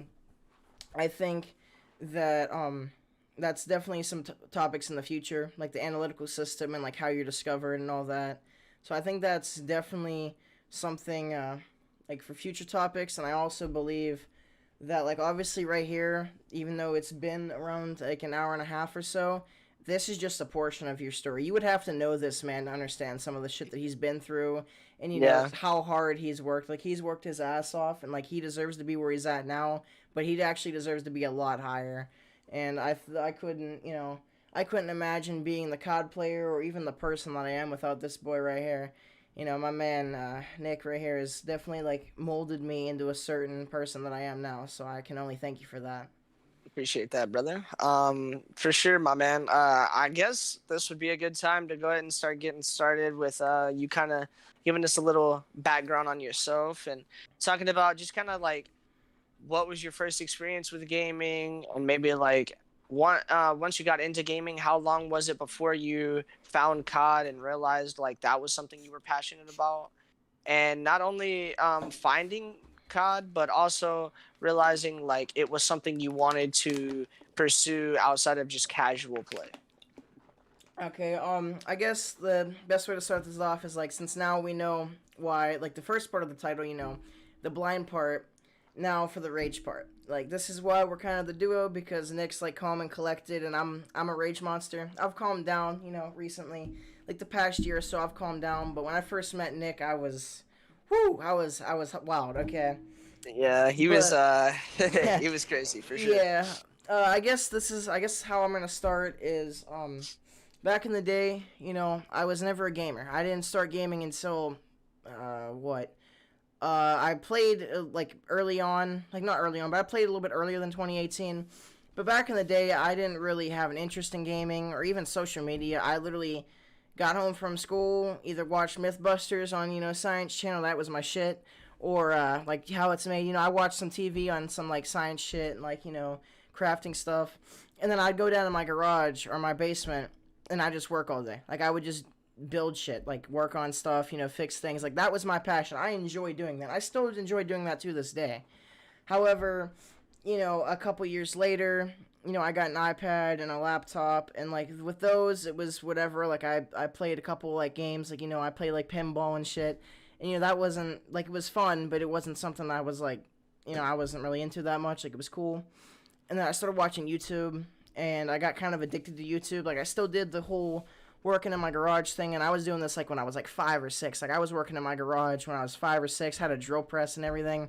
I was vibing down there, and I started getting heavily into YouTube, and then I got into like other stuff like Nerf stuff, and then a couple years later, it was basically right after I moved. Like, because before this, the only gaming system that I've had that wasn't like a mobile device or like a laptop or whatever was a PS2. I had a PS2 back in the day, and it was fun. I had played I had a couple discs of like demo games, and I had like a whole variety of like all the arcade games, and had a couple FPS games that I kind of enjoyed, and that was really cool. I enjoyed that, but it wasn't something that I played all day. I played it for like an hour or two. I got bored, and then I went back downstairs because that was my thing. you know. And then a couple years later, we moved into the house I am in currently, and you know, after that, a couple years in, like 2 or 3 years after we moved, probably two actually. It was two because I've been here for 6 years and I've been gaming on the PS4 and the PC for three now. So it was 2 years in.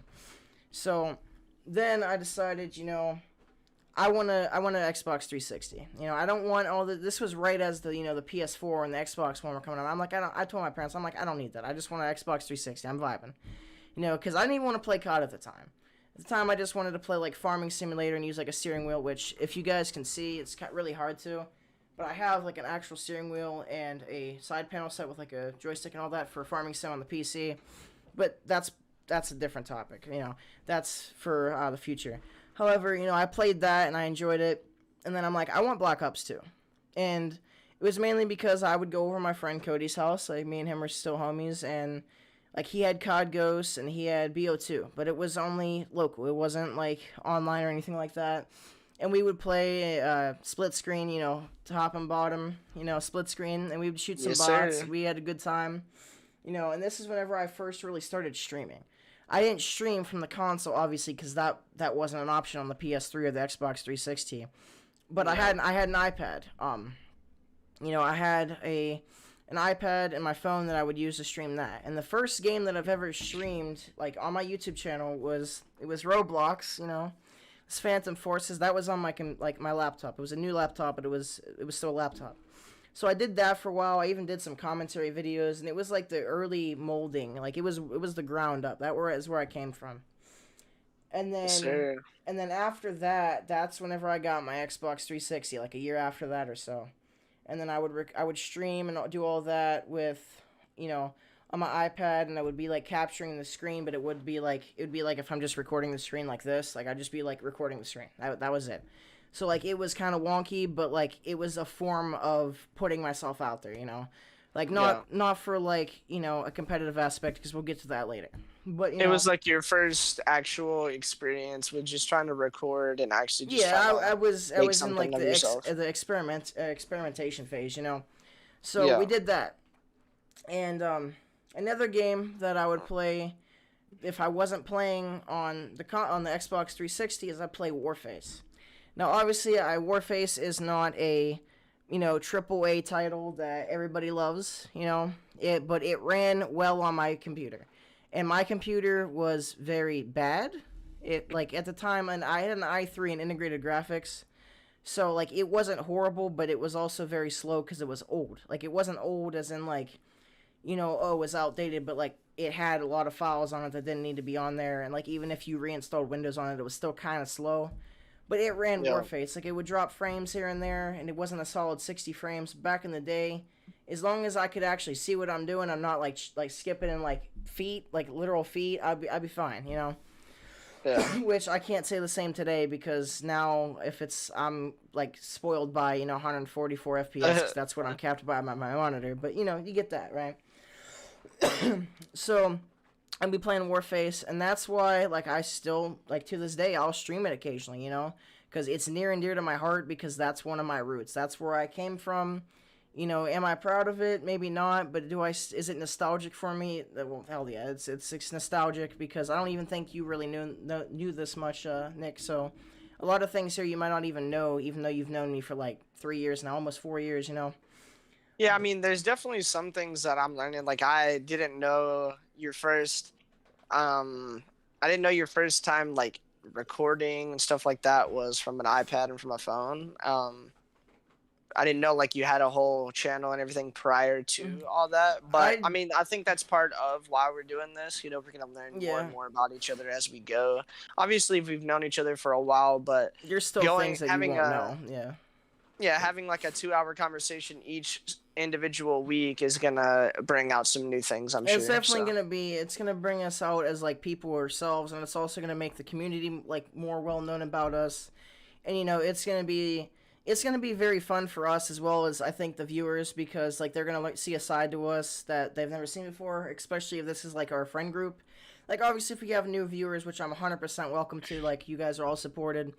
But like even our close friend group, you know, like they're gonna find out things that we've never told them just because it's not important, but it's kind of cool, you know. Yeah. So getting back to the whole situation, like I'd go over to my friend Cody's house, and you know I'd play the PS3, and we'd play Black Ops 2 against bots, and we'd play Call of Duty Ghosts against bots, you know, whatever. So we did that, and then that's the time where I'm like, I want an Xbox 360. I want to play Farming Simulator with a steering wheel, and that was Farming Simulator 15 back in the day. So that's how you can see like how old it was, because that was Farming Sim 15 was 2 years older. So it was like around 2017, give or take. So, you know, I figured, okay, you know, I want this, and then I started playing BO2 against bots, and I had, even though it was against bots and like it wasn't the true COD experience, I'm well aware. Like, you know, I'm a BO4 kid, which we'll get in that in the future. But you know, that's where I started. So, you know, like that was probably some of the most fun that I've had in my whole like career. Like I've still enjoyed the competitive aspect, but when it comes to like just pubs or like just custom games, that was the most fun I've had in a long time, you know. Yeah. So, One of the best. yep, BO2 was hands down one of the best CODs was out there. You know, so once I did that and I played that for like a year, there was a streamer that I watched because he used to stream on YouTube. His name was Savage Mustang X, but he changed it to Savage 2C because the Mustang people thought he was referring to a car, which Mustang is actually a type of aircraft. So, you know, like he thought that was really cool, but then he had to switch his name because, you know, people kept bothering about his name and like making fun of him in a sense, you know, like harassing him. But my boy Savage originally started playing PUBG. Like he'd play PUBG and H1 and all that on the PC. And at first I was like, you know, this is really badass, you know, like this is really cool, but I can't get a PC. Like this was me whenever I was like a really little kid. Yeah. You know, so I'm like, this is not possible. But then Blackout came around, and Nick, you're gonna know some of this you'll be quite fond of some of this and quite aware of it. But originally started playing Blackout on, he played on both, actually. He played on PS4 and PC. And then once PC started to die down, he went back and just played console. Because on console, that was like his sweaty, like this sounds really dumb, but console was his sweaty account. And then his PC account was like his just vibing account, you know? So, like, even though it was the opposite on PUBG, obviously. But he started getting into that. And that was like late 2018. That was, you know, when did COD BO4 get released? 28 late. It was October 25th, 2018. Okay, yeah, I knew it was 2018. I know, but so like around October, late like October, November, all that, right? I'm like, this game is badass. And like never in my head would I really think this. I'd be like, oh, it's a cool game, whatever. But no, I was like, I need this. I want this.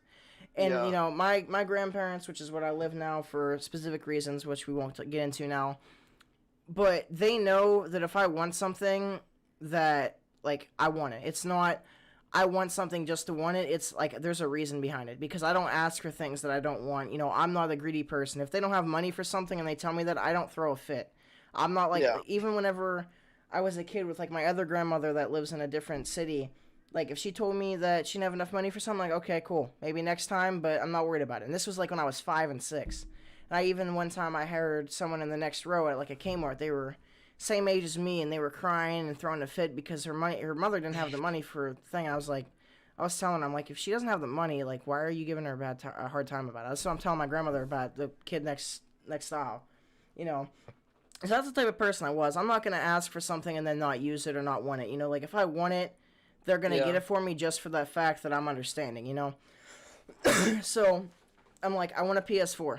And I want a PS4, and like, I did all my research about the PS4 versus the Xbox One, and, you know, I did the whole thing, and, like, that was whenever Xbox Live came out where you needed to pay for it, you know? And they had the exclusivity on PlayStation. Yeah.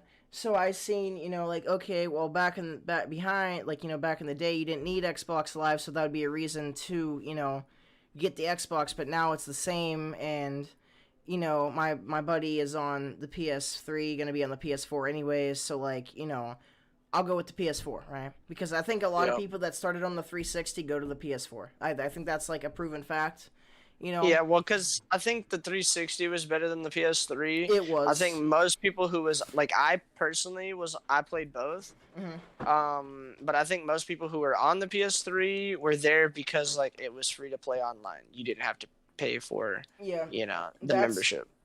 that's why. That's another reason is because of the controllers. Because 360 controllers are damn near indestructible. But Yeah. yet, these things right here, mind you, I have the PS4 pedals, so that's a little bit different. But these things right here, these bitches break, okay? The L3 goes out damn near instantly.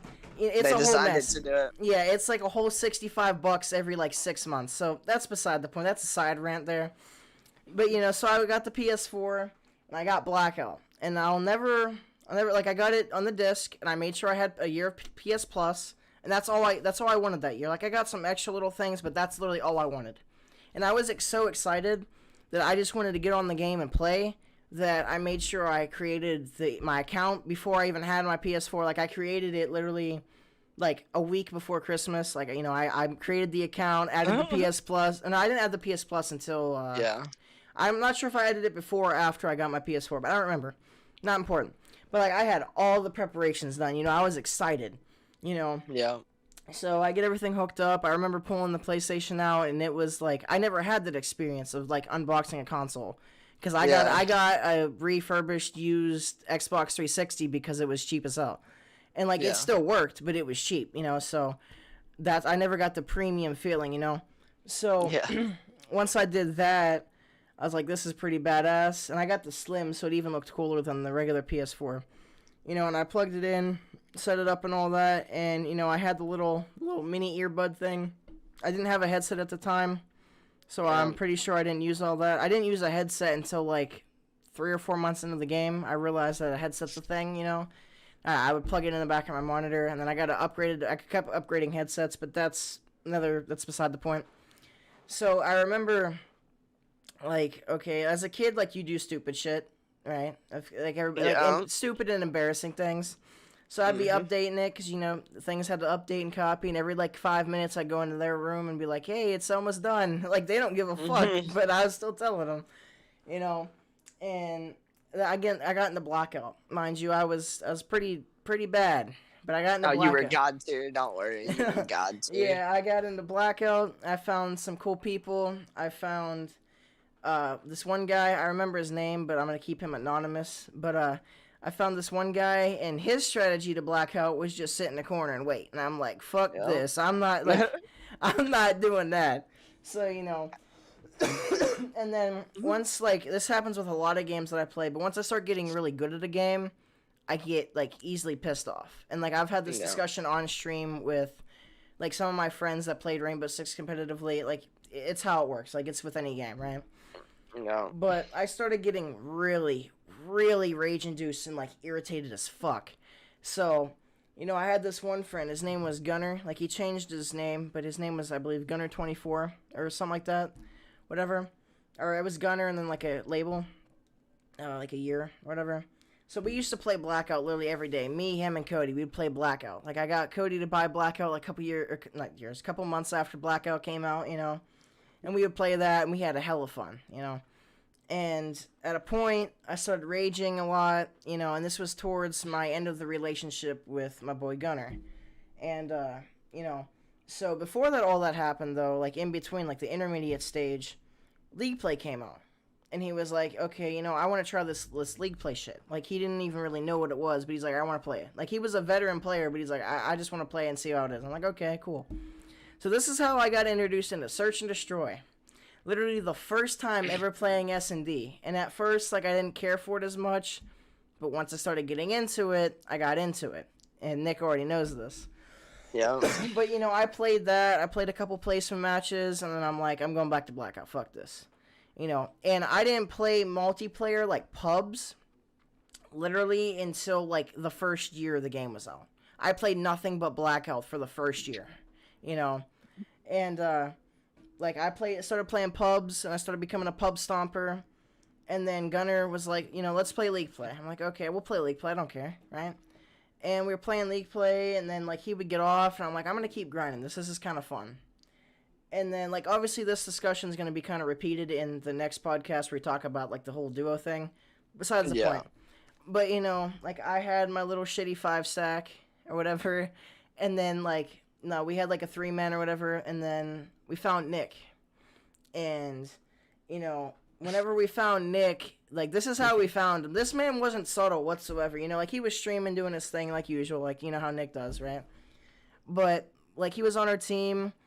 And it was S&D on Arsenal. Okay, this is the match that we met. I remember this. It was S&D and Arsenal, and this man had the Paladin. And if you follow Nick on his YouTube, you know that if he has a Paladin or any type of sniper, he's going for that first blood. And what do you know? I think we were on trophy side. Offense, we were on trophy side of I believe I could mix this up, but I'm pretty sure the round that I'm thinking of is trophy side. Yeah, it was offense. Yep, and we pushed out. You know, I'm pretty sure I got peace. I got like a kill or whatever, and then I died. You know, and then I watched Nick do this. Right, first he gets the first blood in the round, which I was still up whenever that happened. Whatever, and then he pushes up to the statue. If you guys have ever played BO4, you know A-bomb site. Yeah, so A-bomb site. You know, on statue. He's sitting on top of it. He's not like head glitching the side of it, like on the corner. No, he's on top of the bitch, okay? And he's peeking out the step side, and then he's peeking out, you know, into lobby. And all I see is he's peeking steps, bam, dead. I'm like, okay, that's cool, whatever, fine. You know, that's a good kill. And then I see him, like, 90 degree, and then scope in, and bam, just quick scoped his ass. I'm like, okay, this man's cracked. And then not only that, someone tries to shoot him in the back. He swaps to the Mozu and fucking destroys him. And I'm like, I want this man on my team. This dude's gonna carry me and teach me the game. And well, like, you know, long story short, here we are. But, you know, after that, we formulated a 5-stack. We started playing with people that were good and not so good, you know. And, like, we just kept carrying on. But I think the whole thing with when I got into competitive, it was BO4. But when I started, like, realizing that this could be an actual thing, really wasn't until Cold War personally. But I definitely think that BO4 is, like, whenever it kicked off, that, like, you know, I enjoy this. Like, I want to pursue this, you know.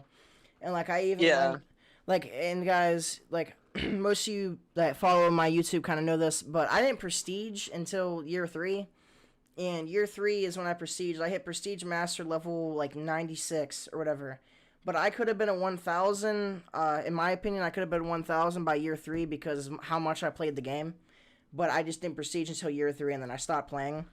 But, you know, that's how that happened. Like, that's how I kind of got into gaming. And then with the whole clicking thing, like, overall, like, although BO4 is my first COD, I don't see myself as a BO4 kid. Like, yeah, there's things in BO4 that I like that I don't like about OG COD. But, like, I wasn't spoiled by BO4 that makes me, like, you know, handicapped in other CODs. Like, I can still play, other, like, CODs, and I can play wagers in them, and I feel confident in myself. You know, I wasn't handicapped by how, like, the skill gap isn't very high in BO4, you know? Yeah. And once that happened, you know, that's when I started, you know, getting on with everything. Like, me and my boy Gunner, we kind of, like, parted ways, you know, and, like, I was like, you know, I'm sorry it has to be this way, but, you know, it is what it is. Like, I respect your decision. You know, I got dropped, and, like, he changed his name, and then, like, one day, this is, like, a side note, I was playing solos, I was streaming, and I was, like, trying to go for a solo win, because, like, I had quad wins, duo wins, rebirth wins, all that. I just didn't, like, play solos. I never played solos, or when I did, I died to some really dumb things. Like, I died to things that were, like, just unjust, you know? And then he's like, oh, you'll never get a win. You suck. I'm like, okay, yeah, Which, not that day that I got a win, but I did end up getting a solo win eventually, which, not important. But, you know, after that, I kind of tamed down. In MW, started raging a lot more. Once again, in Cold War, I toned down quite a bit. Like, in Cold War, you know, I relaxed a little. Like, Nick, obviously, you know this, like, we were on a 4-man on league play, and, like, you know, I was supportive of you guys, like, I was a IGL, like, me and you were the IGLs of the group, but if we lost because I had X amount of damage, X amount of kills, and hill time, and then, like, obviously not that any of you guys were bad, because you guys are not bad players whatsoever, but if you guys were, like, not performing that game, you know, because it happens, I would flip out. And, like, you know, I feel very guilty about that. But whenever, for me, it's a heat of the moment thing where, like, hindsight's 2020. But in the moment, I give zero fucks, and I will scream at you because of it. Like, matter of fact, it even happened today on stream with Enzo, because, you know, a mistake happened, but, you know, I don't really care anymore. I'm fine about it. But in the moment, I will become an asshole. And this is also going to be spoken about in the whole podcast next week. That's, like, the whole, like, how we became the dynamic duo type thing. But, you know, me and Nick, we've had a lot of arguments. We've separated, like, obviously we're not a couple, but, you know, we've parted our ways at least 4 or 5 times, and it seems like nothing can really keep us apart. You know, like, I might get pissed off at him, and he might get pissed off at me, and, like, we might have a fallout for 3 months, and then we come back, and, like, we're like, fuck that was dumb. You know? Yeah. And at this point, Nick has really just accepted the fact that in the moment I'm going to be an asshole, and then whenever I come back and realize it, I'm going to be a decent human being. I can't say a great human being, but a decent one. You know? And Nick just understands, like, to take everything I say with a grain of salt, because eventually I'm going to calm down and I'm going to realize, wow, I was being a dickhead. And, you know, then I'll even, like, apologize and shit, you know? But as far as the whole clicking thing, I think what ultimately clicked for the whole, like, I don't want to be a pro. Like, I'm not saying I don't want to be a pro. Everybody would like to be a pro for the most part. Yeah. But I just want to make it to, like, AMs or challengers just so I could be there, like, have the experience. But I think... Yeah, you'd like to try to grind the ranks as much as you can. Yeah. And what kind of clicked with that, like, obviously, like, the whole BO4 thing, but, like, the question that you asked me is, like, you know, what exactly clicked to make it where, you know, I have confidence and I think that I could do this is on Cold War. Like, at first, you know, I was getting peace, and then I started getting better. And then I got to a status of league play. Obviously, league play kids aren't the best. But, like, for our placement matches, me and you duo queued literally all of them. And I had a 2 KD and a 5 win-loss. We didn't drop a single map or mode. And that gave me a lot of confidence, although it was league play kids. But and then you remember that when we played league play, and obviously in Cold War it was 4v4, and we played, it was a Miami. I actually uploaded, I uploaded that, and I have a video just like it. But between us, the dynamic duo right here, we dropped 30 kills, and our teammates had like 5 or 10. Yeah, Mike was like 17-3. I was like 13-4. Like we took over the lobby, just us. Like this was like the T2P duo before, like, you know, back then I was a sub, and we were the sub duo for sure. We were the Simp and Abizi of league play, you know. And another thing, like I said, that clicked is when I reached a status in league play in Cold War where I didn't miss a bullet. And, like, yeah, if someone camered me, I would miss and get slammed. That's gonna happen. But, like, in league play, I can even look back at my videos that were, like, whenever I was getting up there and I didn't miss. Or if I missed, it was the first bullet. And after that, I insta-killed people. And obviously, I'm not trying to, you know, make myself look good, because at this point, I don't really care, because Cold War's over. But I'm, like, once I reach that status where I'm, like, I'm not missing, I'm like, yeah, I'm ready to play wagers. And, you know, me and my boy, Jon Snow over here, he's probably in the podcast stream. However, like, he's not in the podcast right now, but I'm pretty sure he'll be willing to join here shortly, you know, in the couple future podcasts. However... Yeah, we'll get him on for sure. Yeah, me and him played wagers, and, like... Not gonna lie, we didn't really win many games, but we won maps. And the reason why we won maps is because we weren't on a 300 ping host. And I'm not complaining of ping itself, but for our matches, literally back-to-back matches that were best of 3s, we would get put on a 300 ping host and connection interrupted. And, like, we would contact the refs, but basically there was nothing they could do about it. It wasn't their fault, but, like, even though the kids were NA, like, they were console. And I don't look down on console at all. I am a PC player and a console player, but I do not shy upon console kids. I'm like, oh, I died to aim assist, or oh, I died to a console player. No. Like, I think that a lot of console players are better than PC players. That just PC players have a lot of the advantages, you know. But at that time, you know, like the whole me and Nick being a duo, that was a PS4 up until January of this year, and even then I didn't play COD on the PC until like another month or two. So like that wasn't the whole thing. Like that wasn't me just having an advantage over everybody else.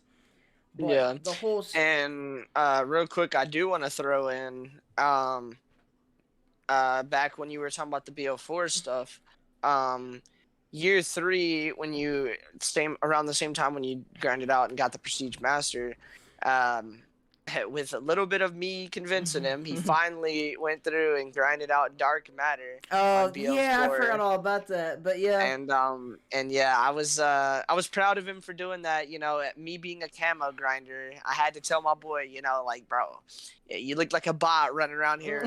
No dark matter. You're way too damn Facts. good to not be having this shit. So he finally grinded it out and got it. And you know, it was good because I'm a camo grinder. It made sense for me to tell him to get it, and he wasn't the biggest fan of it for the longest time, but after he got it, he kind of appreciated it more. Yeah, like So you don't really like it until you get it. But one thing that Nick, I don't know if you remember this or not, but like not only did I go back on BO4 and I grinded for Dark Matter, and it wasn't really the year 3 that I didn't like the camo and I was just bored. It was that up until year 3 I thought the camo looked horrible. And then I've seen yeah, people use it and I'm like it's starting to grow on me cuz I'm bored of all of the yeah. camos that I have, even though I have like 150 camos because of supply drops and all those reactive camos, which are cool. Don't get me Yeah, wrong. there was so many like really good Some of reactive camos in that I game. think some of the best camos were in BO4 personally. But Yeah, and once I did that, I'm like I kind of want Dark Matter, you know, because Dark Matter it's like a status thing. It's also a sense of accomplishment, and it's it's just like like bragging rights. it's exactly it's bragging rights, you know, it's all of that. Another thing was, I don't know if you remember this, but not only did I go back and get Dark Matter on BO4 and get Prestige Master on BO4, I also went back on BO3 and started from Yeah, zero to everything and grinded Dark Matter on that, and even got, I believe, a DLC weapon Dark Matter as well. And I yeah. know you're jealous about this because you know exactly what I'm going to The say. The XMC. XMC, I still need to get that Dark Matter. However, Yeah, with, you know, active camo hackers and modders, it's kind of not really playable anymore, which is sad to see. But, yeah. you know, like, not only Damn good that, game. but on BO4, like, the first 2 years, Nick, you can 100% agree with me because you know this. Like, not only did I not like Dark Matter, I really liked Diamond. I mean, they were like, oh, just get Diamond in Yeah, every gun. And I was like, well, I don't really care about certain classes. I just want SMGs and ARs. And at yeah, first, I just wanted SMGs, and I'm like, you know what? Fuck it. I'll go get ARs too. Or I think it was vice versa. I'm not sure. But also, yeah. chat, Something like that. something that I also did that was unorthodox is for Diamond ARs, I got the like the Diamond DLC weapons before I got Diamond. Like I got gold on the DLC Yeah, weapons. I told him, I was like, bro, what are you doing? You grinded out. Like I was like, you're making it harder on yourself. You're Because grinding out those were DLC weapons two of the guns that like you know that you those wanted. that I The love. Peacekeeper, and what was the other It one? was the SWAT Yeah, RFT, you yeah, know, that's it. and like you know it was really nice unlocking it. I even had a couple streams on it, and once I started unlocking like these camos, that's when I kind of got a lot heavier into the YouTube. Like Yeah, before, I would just like clip on the PS4 and then upload it, and I didn't trim it, didn't edit it, nothing like that. But then same. I started going into Share Factory. Like I would have like a BO4 gameplay where I go like 30-5, and I'm like, yeah, I'm uploading this, you know. And I would go through and do that, and like whenever I went back to BO3, like I even had a little stream where I was just editing videos, vibing with chat, you know. And I started getting really a sense of pride in editing videos, and I started making montages. Like guys, if you want after the video's over, you can look in the description and you can look at my channel. Like you could look in the links of the Blind Rage video channel itself because this is on my main channel. But due to some errors, next week we're gonna have the podcast this episode up as a video, and we're also gonna have the podcast on the Blind Rage podcast live there. But you guys can look at our channels and see what we've done and like how we've progressed, you know. And Yeah, and I think at some point, Mike, little side note here, I think at some point we should try to get the podcast on, you know, where you can like that way any place that people can find their podcasts. That way, you know, if Like they like to watch their podcasts on, like you know, Spotify whatever, or SoundCloud or Spotify, whatever. Yeah, SoundCloud, wherever, you know, like if we could Spotify is a little eventually try to difficult, get but yeah. yeah, if we can eventually try to get the podcast just on as many platforms as Mm-hmm. possible to help get it out there. Obviously, starting out, it's going to be primarily on YouTube, but our goal is to eventually get the podcast everywhere you can find a podcast, just to be able to help you guys out to let the not just our numbers get better, but just to help grow the community and help just spread the not just the news but just the entertainment, you know, just Mm-hmm. have come here, have a good time with you guys, and just vibe out and just have a good conversation for a few hours. As a side note, like I'm still gonna get into my story a little bit here. Like I don't want to progress, I don't want to elongate everything, but I kind of made a lot of it out because I feel like it's necessary, just because of my story as well as like the actual podcast itself. Yeah. I didn't put it in the title today, so those that are confused, that's why. However, the reason why, as you can see, like I'm looking over to the left and I can see the chat, but I'm not really interacting with it, is because it is a podcast. It's not like if you look at PKA, like they see everything and they might look at it, but they're not gonna like interact because at that point it becomes a live stream that's just a VOD. It's not like an actual podcast, you know. But Yeah.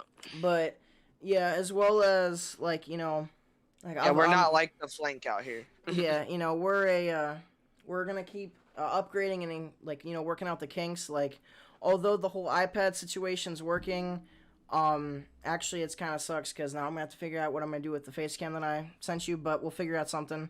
We'll figure it out. But we got a new webcam for Nick coming in because your boy had to hook him up. For sure. And like we're trying to like upgrade everything as much as possible. I'm gonna start upgrading my PC. We're gonna try to become more consistent. And I can probably figure out an adapter to be able to plug in potentially. Yeah, we'll see. That's a possibility. Like we could also try to get your computer to work a little bit better, but I don't know why it's geeking out like that, to be honest. Actually, now that I think about it, though, the only problems we were having initially was on your end. So like, you know what I mean? It could have just been since I fixed the gain ratios on my mic. That could fix it. Yeah. So we'll try it out next week, guys. It's probably gonna be if you will know if y'all see the same camera angle and y'all see the same setup, y'all know I'm still on my iPad and everything else. If not, y'all probably can't. I don't know if y'all can see behind me, probably not. But if y'all see a little bit of a different camera angle next week, we'll probably be on my laptop and we'll have like Mike said, we're just working the kinks out. We're trying to, I should have the better face cam in. I should have better quality all around. Should be still using the same headset. Audio and everything should be fine. And I don't think the video quality is going to be bad. It's just it's an iPad camera. Yeah, it's better than your like it actually records a lot better than your laptop iPad. mic. And another Or thing laptop, is just since like the time we have now, I kind of want to like although we kind of discussed like a 2-hour mark. I would kind of, if you're okay with this, try to like extend it to like 2.5 if that's a possibility for you. Hey, whatever you want to do, brother. I'm here. I'm here for a good time, and because 3 hours, 2.5, whatever you want to do, my man. Yeah, just because like I still want to have a couple questions. I want to have some back and forth conversations, and I kind of want to I forget what it's called. If I kind of want to foreshadow like things that are going to be in our next podcast because like we're really passionate and. Something that I want to talk about is how, like, obviously you guys that are close in the community, you guys know because, like, you're in our PS4 parties, like, you're the boys. But for those that aren't really aware, that just come by here and there, this whole podcast has been in the works for, like, 6 to 8 months now. Like, we've been wanting to do it for so long, and, like, we've been trying to discuss it. But we either didn't have the time, didn't have the equipment, or just, like, we just wanted to do it, but then we're like, well... whatever. Well, and at the same time, we kind of just didn't have our priorities straight. Like, we wanted to do it, but we weren't, like, just making it happen. Yeah. And so we kind of just, like, forced it and said, like, all right, this is a deadline. We stopped procrastinating. Like, we actually took what we wanted to do and actually did it, Yeah, we set a date, and we were like, all right, the date's here, time to do it. Like, no messing around, And so here we are, guys. And hopefully you guys are enjoying episode 1. I know I haven't said this yet, and we're not somebody who's going to be begging for analytics or views or likes or any of that. But y'all be sure to drop a like and subscribe if y'all like the content, if y'all are interested to see where the channel goes and what all kind of stories we have to tell. Because guys, we are literally not even breaking the surface yet. Like this is Yeah. the tip of the iceberg Not only of that, all the things we have to talk but about. a lot of the following that we have and like a lot of the viewers that we have right now in the stream, or what's going to be the uploaded version of the stream, is like from my following. So like this isn't even like making progress until we upload it, which will have to be tomorrow after this video renders on like the VOD. But Yeah. even then, I think that something that we could do, which is completely up to you, Nick, if it works, where I can download it and then re-upload it to your channel, like or not your channel, our channel, like the whole Blind Nick, or not Blind Nick, Blind Rage channel. I think what we might do is like stream the podcast to either my channel or your channel, and then upload the podcast to the Blind Rage podcast, which is something we can do. That's gonna be it's gonna depend on how I'm fine with this that. gets uploaded tomorrow. Also, guys, we're in the process of getting a logo made. We still have to contact some creators and get a commission done. You know, Shout out to Kanu. yeah, my boy Sakano, he's a goat. We're probably gonna have him here in the future, like I'd say between 3 and 5 podcasts in, try to see if he wants to be a guest in our call, because I think his story is pretty interesting, and also like we'll talk about this in the future. But the reason why his name's Sakano is because he's a big sniper. Like he's not really a sniper anymore because like he has had a lot of work and commissions and stuff. But his Sakano is an acronym which stands for Snipers Only Clips Are Not Usable, which I thought was kind of cool, and it's kind of like passionate in a sense. But Nick, I guess like if you want, we can start going back and forth with a couple questions, anything that we left out, because we just crested the 2-hour mark. So if you wanna, let's try to like get some other things out of the way and try to make it like 2.5 hours, 2:45, give or take, depending on what happens. So, Yeah, for sure. I think, like you said, we could just have the back and forth, and whenever we feel like is a good time to end it. Yeah, for sure. Yeah, that we can make that work. But I'd say, as far as me, as far as the questions that I have for you, I would say there's definitely one that I was thinking of a minute ago. As far as the whole blackout grind and just all around BO4, most people know you for stuff like that, and I'm curious because there's a lot of talks around a Call of Duty that's supposed to be being developed by Treyarch, just like BO4 was, and BO2, and a lot of the other, in my opinion, Treyarch is the best developer that we have, or at least the best branch of the three. There's been a lot of rumors saying that there's going to be a near future of a Blackout 2. Yeah, not necessarily Blackout 2, but like a similar reiteration, like a similar setting to Black Ops 2 in the sense that like it's near future. It's got that arcade style with the art style and like just how it is all around just arcade style. And what's your thoughts on that? Like, do you think it'll be, if it's similar to BO4 and it's like imagine BO4 similar to like Black Ops 4, Black Ops 2, with that art style and like that pacing and just how overall like how those games felt.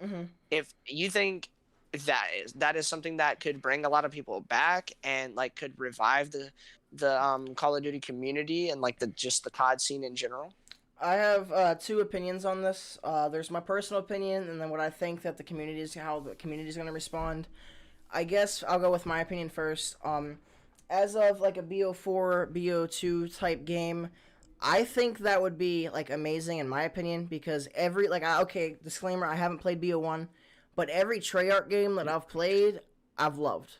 Like, Black Ops 3, I wasn't the most keen on the whole jetpack thing. I know you weren't either, because like with your disability, it's kind of hard when they're just like bouncing on kangaroo sticks, But but I think that as a personal note, I think depending on how the TTK is, because Black Ops 2 is rather quick and BO4 was rather extended, I think that if they match the TTK right and like they have the right weaponry and time era, I think that I will really love the COD, because like even with the Vanguard beta, which isn't even my type of game, like I'm not a World War II type of guy. Like I don't mind World War II, but like the actual time zone I don't care for. I rather do like the history on it rather than the actual game. But like as far as that goes, even though I don't like the time zone of Vanguard, you know, I really enjoyed the beta. Like although it did get repetitive and boring after a while, and there was no like type of comp for that really, except for like people would go into private matches that had like a tool to do it, and then you would do like wagers and stuff via that way. But even in a game that I didn't think I was really gonna like, and I enjoyed Vanguard rather well. Like there was some tweaks that needed to be done, but like I thought it was a pretty well-rounded game. Considering that, I think that if they make a hybrid of BO2 and BO4, as long as they get the right criteria, like they don't make the TTK super slow or super quick, you know, and they get like the whole gunplay and all that well, if they just copy and pasted BO2 but with like maybe a higher TTK and a little bit upgraded graphics, but like still the type of style, I think personally I would absolutely love the game, and I would really want to pursue the competitive scene on that as well, even though I want to pursue the competitive scene every year. But like that would make me really passionate. Now, as far as that reviving the whole COD scene and like the whole OG, like the OG players and all that, personally, I don't think it would bring some of them back just because of a few things. The first thing would be that, you know, with the community now, like, you know, the community on BO2, BO1, you know, MW2 and all that. Hell, MW2, everything was broken. But a lot of people didn't abuse it as much. Like, they abused it, don't get me wrong. But they didn't like, they didn't rely on it. They didn't, like, there was no meta. There was, everything's broken. Could you imagine something like that trying to exist now? Like, everything would be nerfed into the ground. That's what I was getting to, that. Yeah, like, kids nowadays, you know, they're accustomed to what they say they get, really. And, you know, they wouldn't stand a minute in like a MW2 lobby, let alone an MW2 game chat lobby. Hell no. But like, I think that the OG players, they're gonna want it to be good. Like I know you and Dust and all them, if they make that you're gonna want to love it because it brings back nostalgia. You know, it makes you feel good inside. But I don't think it's gonna revive the OG players because of the fact of the community. Even if the game is top tier, like they could remaster BO2 right now and put it out there, and the community would be cancer, you know. And I'm not trying to say that lightly, and I know it's kind of disrespectful. However, that's how it would be. Like everybody would complain about things being broken. People would abuse things that we never like used. You know, like back in the day in competitive, like literally Pro League. Was it Zuma that ran around with a M870 and went on a 25? Was it Zuma or was it someone else? Karma. Yeah, back in the day in Pro League, people were running around with shotguns, but they didn't ban them because they weren't broken. You know. Yeah. Now, like it was broken, but at the same time, it was a low concentration. Was on a whole nother level. Like you were able to use like a Scorpion Evo, like all kinds of crazy stuff. Got Evo, Vector. I love those. M27. I love those guns. But as far as that, like, the OGs might actually enjoy the game, but I don't think it'll really revive the game because of, the community and how they're just not accustomed to it anymore. As well as with this whole hacking situation. You know, I play on PC, and I haven't really ran into many hackers myself. But, like, if your skill-based bracket is really high, you're going to run into hackers all the time. And look at Warzone. Like, I'm not a big Warzone player, but I do play Rebirth, and I do enjoy myself and have a good time. And I think that, you know, in Rebirth you don't find too many hackers, but if you go into Verdansk, you're bound to find one, you know, and it's just, they didn't add an anti-cheat, not because of the community wanted it, obviously, but they didn't care. They wanted what's going to bring in the most money, you know. And they claimed something like they couldn't do it with the current application that it had, so, like, they said something like, with the current application of Modern Warfare and the way it was, they couldn't add the anti-cheat, so they claimed that's why they did it going into Vanguard. But before we move on too far, I want to give my personal thoughts on can I say potential one more near thing? future Treyarch COD. But yeah, go ahead. The last thing is the whole anti-cheat thing, which, you know, I haven't ran into many hackers, but if you watch TikTok at all and you follow COD in any way, you'll know that even in the beta of Vanguard, people had unlock tools. They had walls. They had an ESP. You know, they had They had what else? Aimbot, soft wall, soft aim lock. They had all of that. Even you could unlock Damascus or Dark Matter, in Yeah. Vanguard. And speaking of ESP, I know you kind of want to get to your opinion, which the ESP thing can wait. But how does it feel to be a legally blind gamer and have someone call you an ESP hacker while being on console? Dude, yeah, I'm telling you, you guys got to be ready for that one, chat. There's gonna be a video coming out soon. Not too long after this podcast will be posted as an actual video. I still have to edit it. Because my boy Dustin, if you're watching this, Dustin, you know, you could be editing for me, but my blind self has to edit on top of getting the gameplays. Also, in But, the comments of the Blind Rage podcast, if you guys are an editor and want to be like a free agent editor, or even like, I know you would be in for like you would be willing to pay like a small commission, Nick, in a sense, but yeah. like if you can work around Share Factory and like a Share Play, that's what we need. Like, you don't have to be obviously if you have a PC and you're willing to edit for a low price, that's different.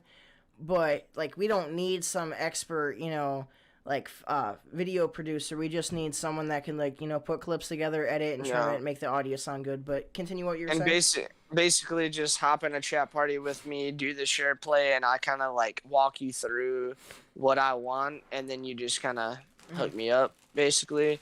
But like back then, I was initially trying to get Dustin to edit for me because I was trying to study while he would edit, because he kind of knew the style I wanted and what I was going for. But as far as like a near future Treyarch COD, I think that would be really good. I think that would help a lot. As far as like bringing people back though, I don't really think. I think like that ship has sailed. Yeah.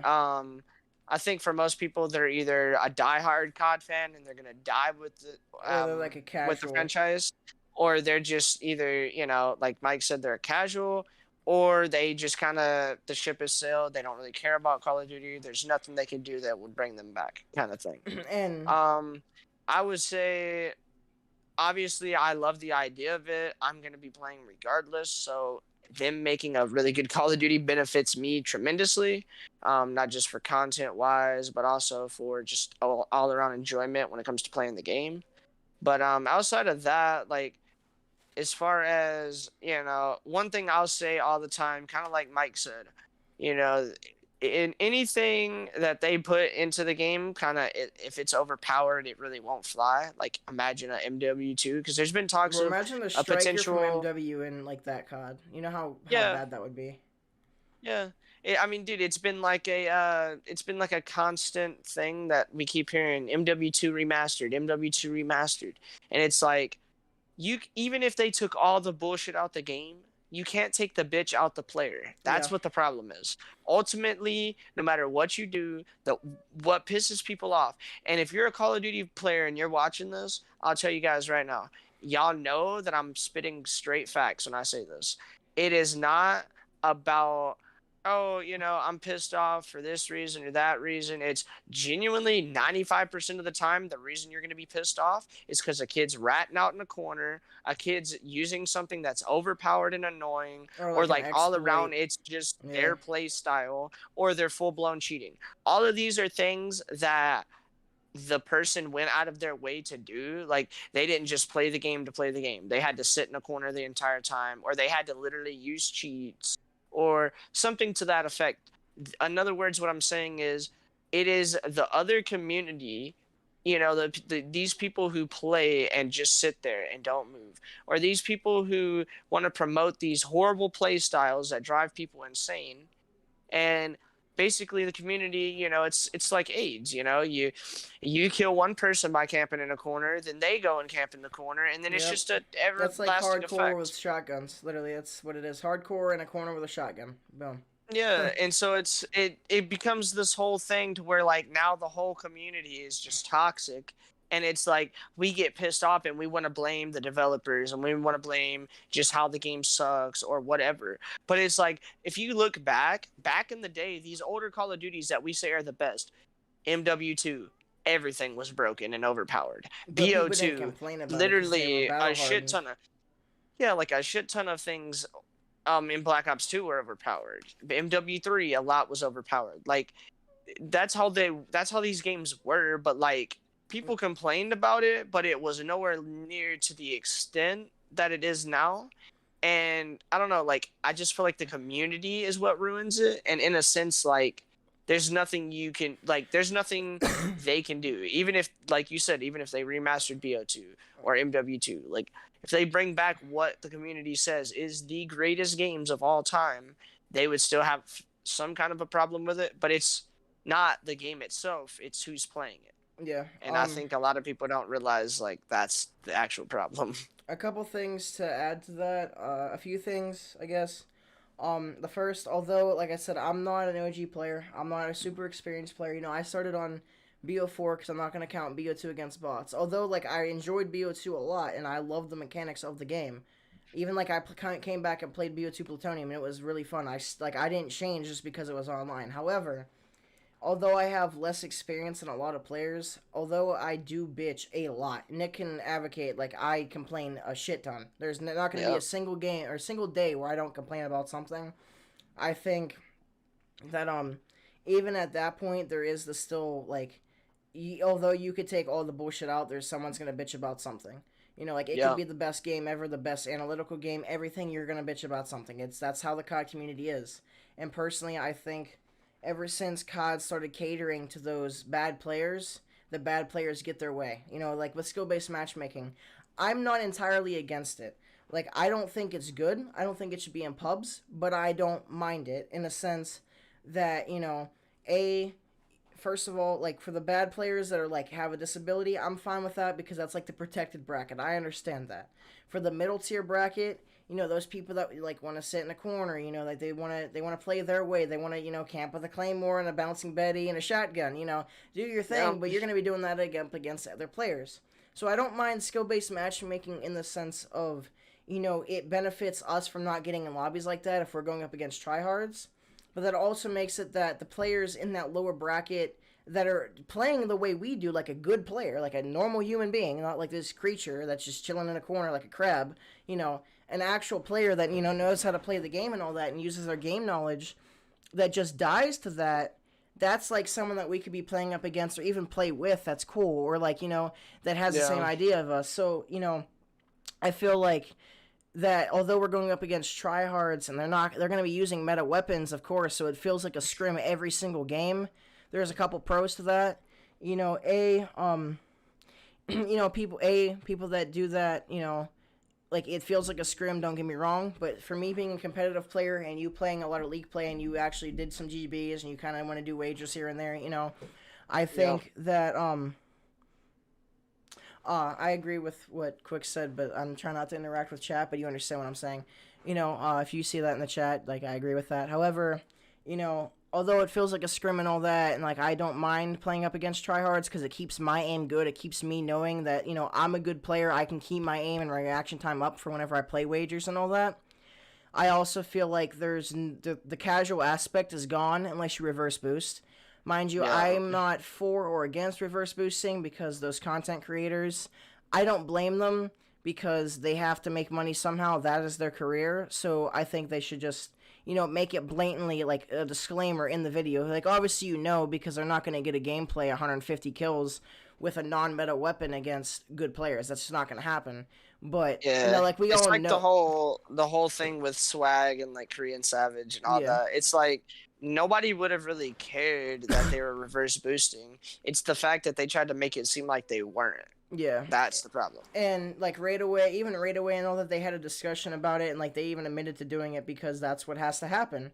Yeah. You know, and I'm, like I said, I'm for not reverse boosting. I'm for SBMM for the factor of like, you know, it helps us keep like our goods, like keep going against good players so we keep our aim and all that up.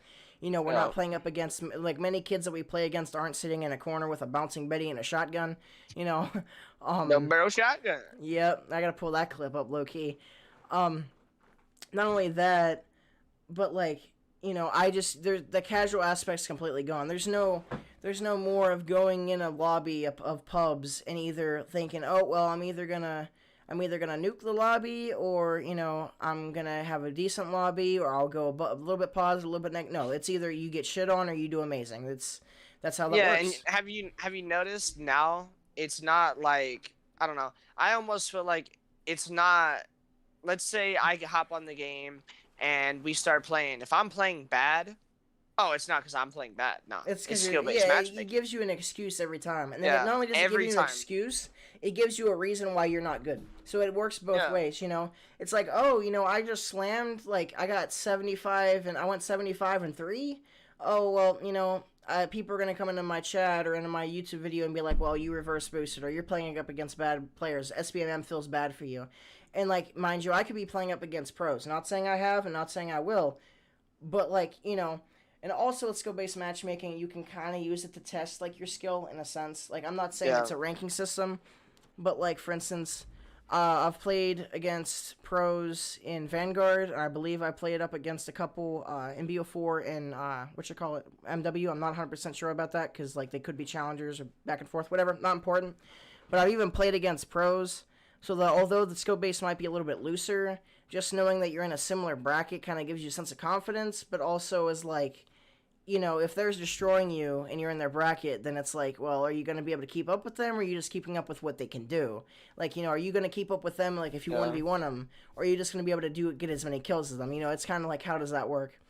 You know, Yeah, and it gives you a false, like, if you're one of those, you know, for a lack of a better term, if you're one of those shit tier players that is just sitting in the corner camping with the shotgun and the claymore at the door, and like you're like, oh, you care only about your KD or whatever just to brag about that, it gives a lot of these players a false sense of confidence, thinking like, oh, I'm this really good player. But it's like, thanks to skill-based matchmaking, you wouldn't they're know what a only good player playing is. these, they don't ever get to actually go up against good players. They're just playing again in the same lobbies against the same people, camping on them, destroying them over and over, and they don't ever get to actually improve. So like, there's those cases to where it's like, well, if you're really good and you keep improving, then you're gonna keep getting harder and harder players and you can't improve. But then there's also the times where it's like, okay, well, I'm stuck in this never ending I have a loop of point just, on that. Whenever you you're know, done, yeah. you're stuck in this never ending loop of just, I got bad players, and you don't ever get out of the loop of bad players. So you're playing this whole time thinking you're so good, but in all reality, you didn't even get to play a good player. Something in that aspect, one boy that I've played with, and you know, he watches wagers, does wagers, and all that. My boy Quicks, he's even in the chat right now. But I've said basically the same thing he said, and he said the same thing I said. Even on Rainbow with my boys, I'm like, I can't play up against a lower skilled player. I know that sounds really stupid, and Dustin's even counter argued me with this, and you know, like I've had a debate with him, but lower skilled players. Like, okay, there's the disabled skill. They're unpredictable. Yeah, there's a disabled bracket. There's like a bad, like a really shit bracket, and then there's like a medium and whatever. Like if you have it like a tier list or whatever. Yeah. But like, let's say I'm not an S tier. I'm not a pro. I'm not an A tier. Let's say I'm a B or C tier, and I'm going up against a E or F tier, right? You know, some things that those players do to get kills, I'm not going to expect, because I'm expecting someone that knows how to use a brain. Because whenever you play up against a high-skilled bracket, whether that's in a wager or whether that's in a tournament, you know, if it's against pros, for fuck's sake, you know, if you're playing in that aspect, you have to use your mind to counter what they're thinking. So if they're not making that play, you can't counter a play that hasn't been made, so you can't play up against worse players. They might have less gun skill or less, you know, situational awareness, but if you're trying to counter them and they're not doing what you're thinking they're going to do, because you can't counter something that isn't being done, you know? Yeah, because like in a sense, they're basically making a bonehead play, and you didn't read that bonehead play, because it's like, there's no way that you're gonna do this, and then they do it and catch you off guard. Yeah. Even 100%. Quick said, like, this is what he just said. He said that he's played against multiple pros, and it's easier to play up against pros than it is to play up against lower skilled players. Because you know what they're gonna do. You know the routes. You know, like, they're gonna chow you. You know, like you know this. Like, take example of this. You know, with us playing GBs or us playing wagers, you know, I would say more in 2v2s, because 2v2s are a lot different. But, like, when me and Snow played 2v2s or 4v4s or whatever, when we played up against a good team, we were countering them. Like, if you ever watch Teddy Rex or, like, Pac or any of those wager streamers, they do the same thing, but, like, they mix it up, but it's the same strat. So it's not like they're making up on the fly unless it's like like if it's an emergency situation, they'll make it up on the fly. But a lot of the time, it's like Madden, right? So Madden football, you know how like you have an option to select a play, and then they have the option to select a play. It's if your play counters their play. That's how Pro League is. It's not based off of, oh, I'm gonna sit in a corner like a bot. Yeah, that does happen. And look at Optic versus Minnesota. They literally got triple colladed and then aced because why'd you have to go there, Mike? They were like, okay, I love my boys at Optic. I even have my profile picture is me wearing Optic uniform and shit. But if you're sitting in those corners, and you're playing congested, that's an emergency play. That's something that you're not thinking about. Not that they're not good players. They are they are S tier players. But, you have to be using your brain for certain plays because you have to know, like it's like chess. You have to have 3 plays ahead of what you're going to do. And if someone makes a play that you didn't expect, you have to adapt, So, like, if I played up against Simp, which, well, I did. I played up against Simp. I didn't body him, but I didn't get slammed either. I expect him to do certain things because he's a pro player. But if I play up against, let's say, Quicks, I'm not saying Quicks is bad, like Quicks is my homie. But let's say I play up against him, if I get slammed, it's because I don't really, like, although we have, like, similar routes because he does follow the same things I do, he might do something that I'm not used to because I'm used to, like, pro level or, like, challenger level or, like, whatever, So I think that, like I said, this is like a endless spiral of like, it's like a rat tunnel going down and down and down of like different topics. But I think that's why like skill based can be good and bad at the same time. And you can, like I said, my buddy Anthony, you know who I'm talking about, not like my IRL, not my 2 IRLs, but like my I know boy. who you're talking about. Yep. Yeah. He like whenever. I'm not saying he only wins when he gets carried. But if he's not getting carried, he's still staying in that elo that he's at because if he starts off and has a bad season where he's in like a lower rank like gold or like plat 3, he's going to keep winning and losing because gold players, they purposely throw, like in Rainbow, obviously not in COD, but they purposely throw or they use things that are trash, like they just meme around, they don't care. Or if they do care, they're playing like a complete rat. Like, I've lost 1v1s in Rainbow to a silver and like a copper because they play, like, they do things that humans do not do. Creatures might do, but humans do not do, So, although I think it's good and bad, I feel bad for the players that are in the endless loop, Or like if you solo queue in League play, right? Like, especially if League play on Vanguard's going to be how it is in World War II. It's going to be the same problem where you gain MMR and then you lose to a trash team because your teammates don't know how to play the game and their teammates do. And it's going to be an endless loop. Well, I'll say this. This is another thing that I think would, on the whole, like, near future Treyarch game, I think, like, no matter what they did, the problem is like, we're never going to get to see a new game without skill-based matching. It's not going to be a thing. We're not going to get what the real game's going to be like ever. You will never know what the real game's like. Yeah, so we're not going to ever get to really have that same like Black Ops 2 experience. Yeah. Just because you can't get the same lobbies and stuff like that. Plus the lobbies dispatch after, so like even if you had a good lobby and like even if like not even for like the whole pub stomping aspect, but even for the aspect where it's like like maybe there was a guy on the enemy team and like you were really cool with him and you wanted to add him and all that, but you didn't remember his name. If you get in the same lobby again, like you could hit him up, but if you don't know his name and you go to recents, you don't know who he is, like you can't, like it kind of sucks. But like not only that, but also like with the whole pub stomping thing, and like I don't mind the whole dispatching because of pub stomping, because it would kind of suck if the same pub stompers played the same kids.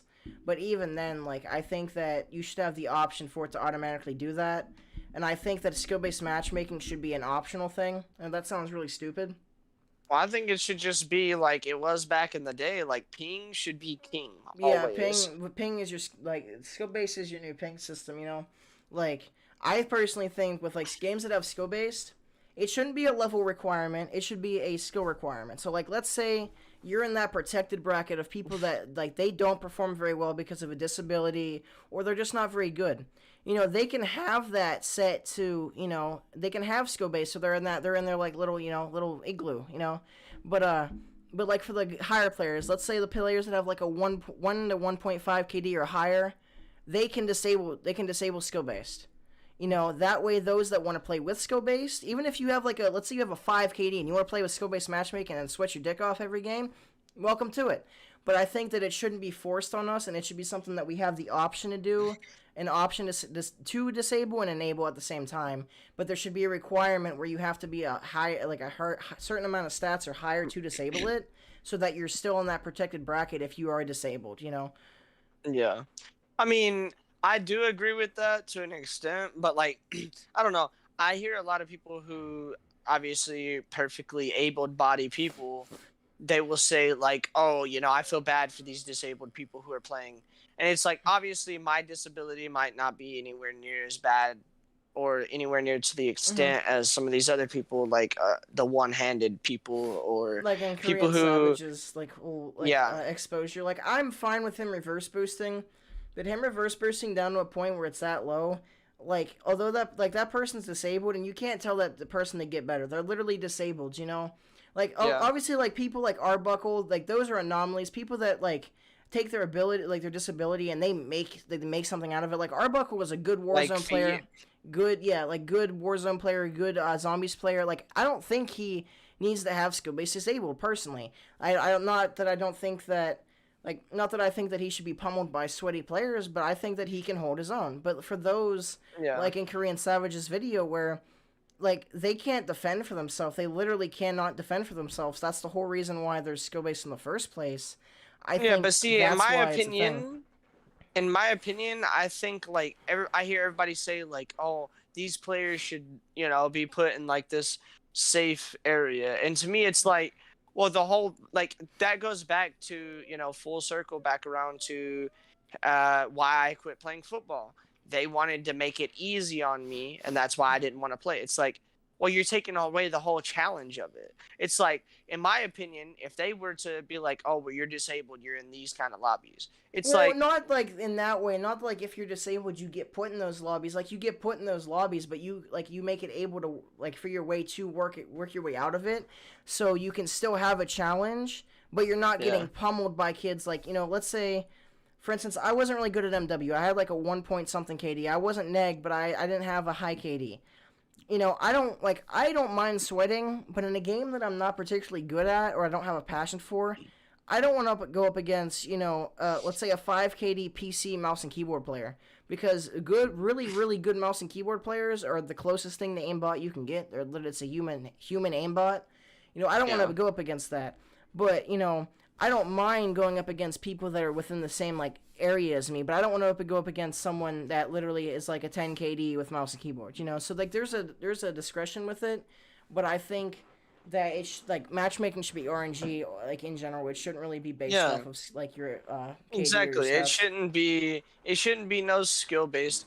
The reason why I think back in the day it was so good is because not only was ping king, so like, you know, ping was king and you didn't have to worry about lag or playing people from a whole different country. Even You know, you this, didn't have to worry about any of that, but it was great because of how random it was. Like, yeah, you literally, you know, you could some get game, hosts for one map and then get put on the opposite hosts, and yeah, and even with that, like although it was ping based matchmaking, even the players that were at a disadvantage, the better players would almost always win. Even if you're at a disadvantage, the better player would always win for the most part.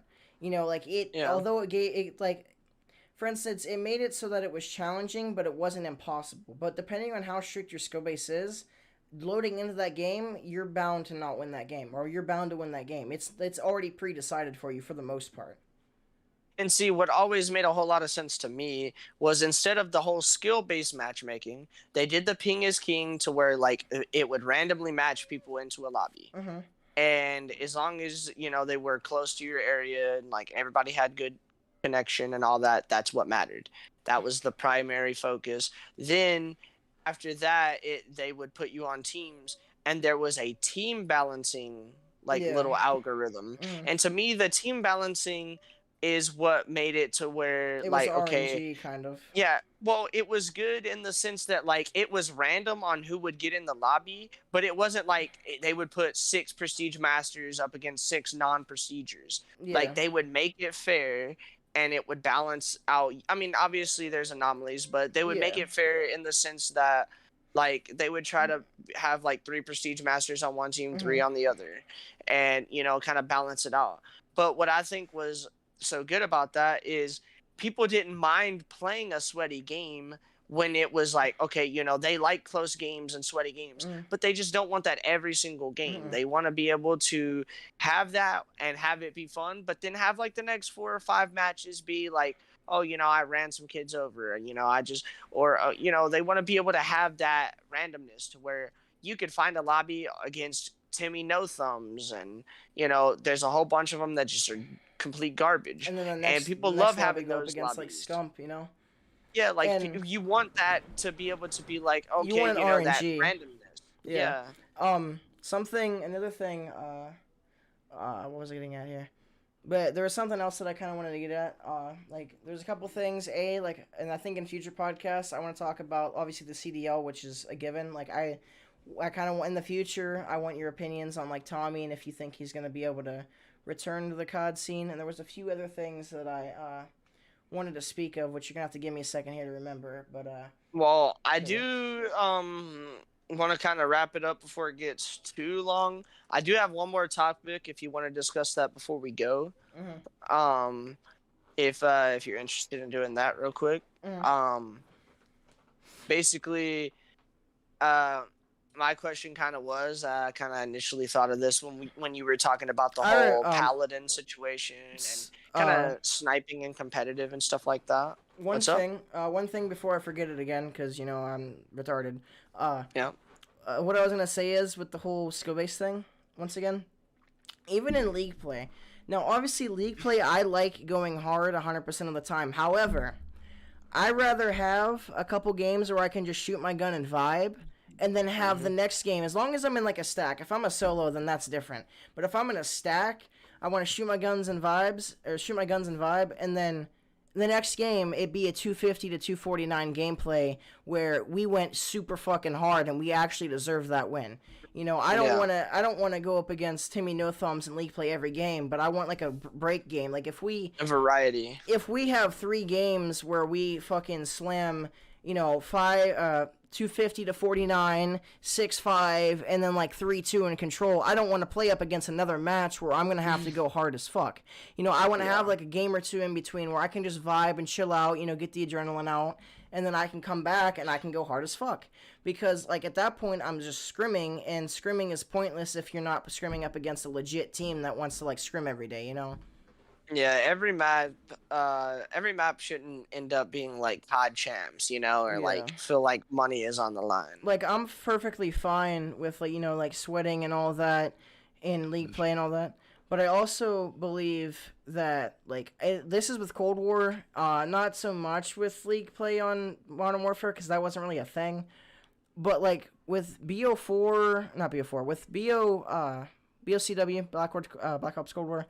I believe that league play was less sweaty than pubs, in my opinion. I agree. I had a better KD in league play than I did in pubs. Yes, I tried harder in league play, but also, like, I had a gameplay on league play, which I still need to upload, but I literally had 69 kills on a Gary Hardpoint. And, like, it wasn't fair. Like, it was fun getting a gameplay, and it was definitely a gameplay that we could upload, and, like, I would get clicks off of it. But I didn't deserve it. Like, yeah, I deserved it because I'm a better player, but I didn't deserve it because it was a tough match.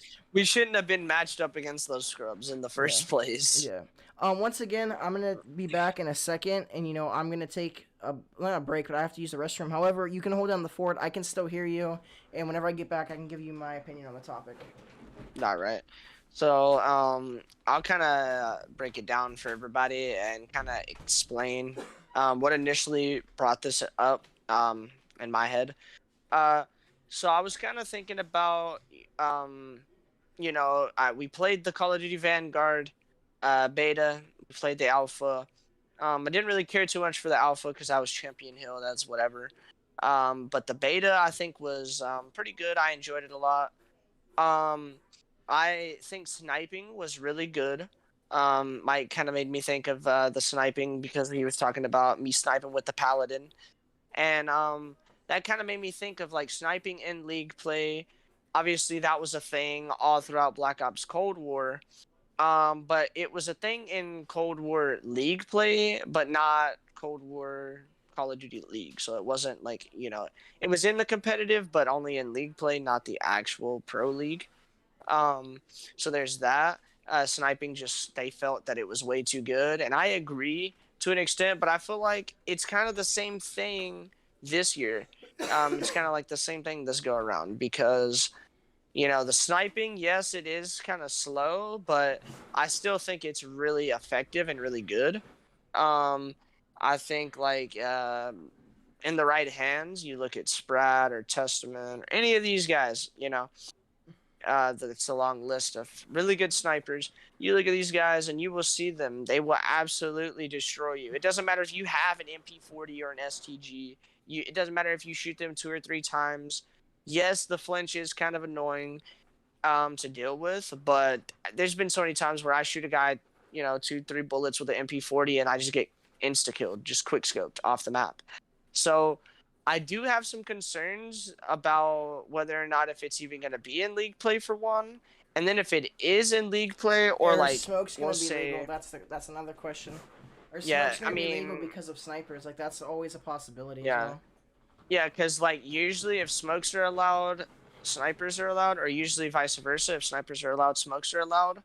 But I pretty much would assume that it's gonna be legal in League play. It's not like the one-way smoke from B. That's the whole reason why snipers weren't a thing. Not just because of the whole flinch situation, but because but smokes were GA'd because they were GA'd because they were a one-way. And also, after you're done with your opinion on this whole situation, Vanguard, like I said, I want to give my opinion, and then we can wrap everything up. Plug our socials, and then I want the blind Nick outro, like the classic blind Nick outro, All right.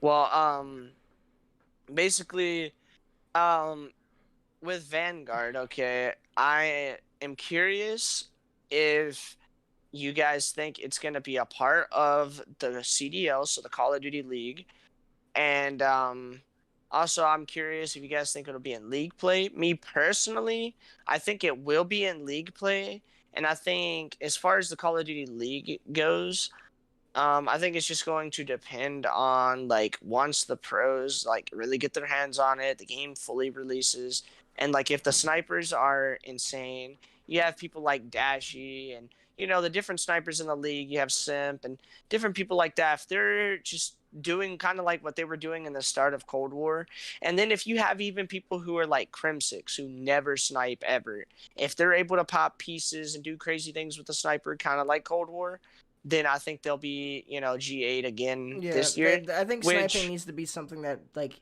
sniping needs to obviously it has a skill gap, but it can't be something like Cold War where the skill gap for sniping, in my opinion, for CDL was very low.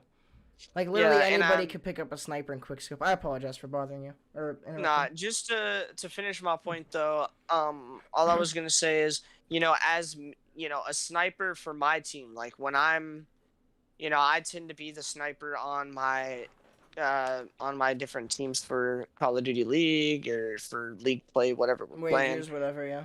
I tend to be the sniper, but the case is like I don't know because it's still kind of up in the air. So like I don't know if I would even have a chance because like obviously I would have loved to have the chance to have the Tundra in my hands on, because I sniped plenty in pubs, but I didn't really get to use it in League because I wasn't a cheater. I go by the GAs. Yep. And if you don't, we're calling you a cheater. Even if it's legal, we're calling you a cheater. Me and Mike don't care. Like when we refer to cheating, we don't refer to cheating as hacking and cheating are two different things in my opinion.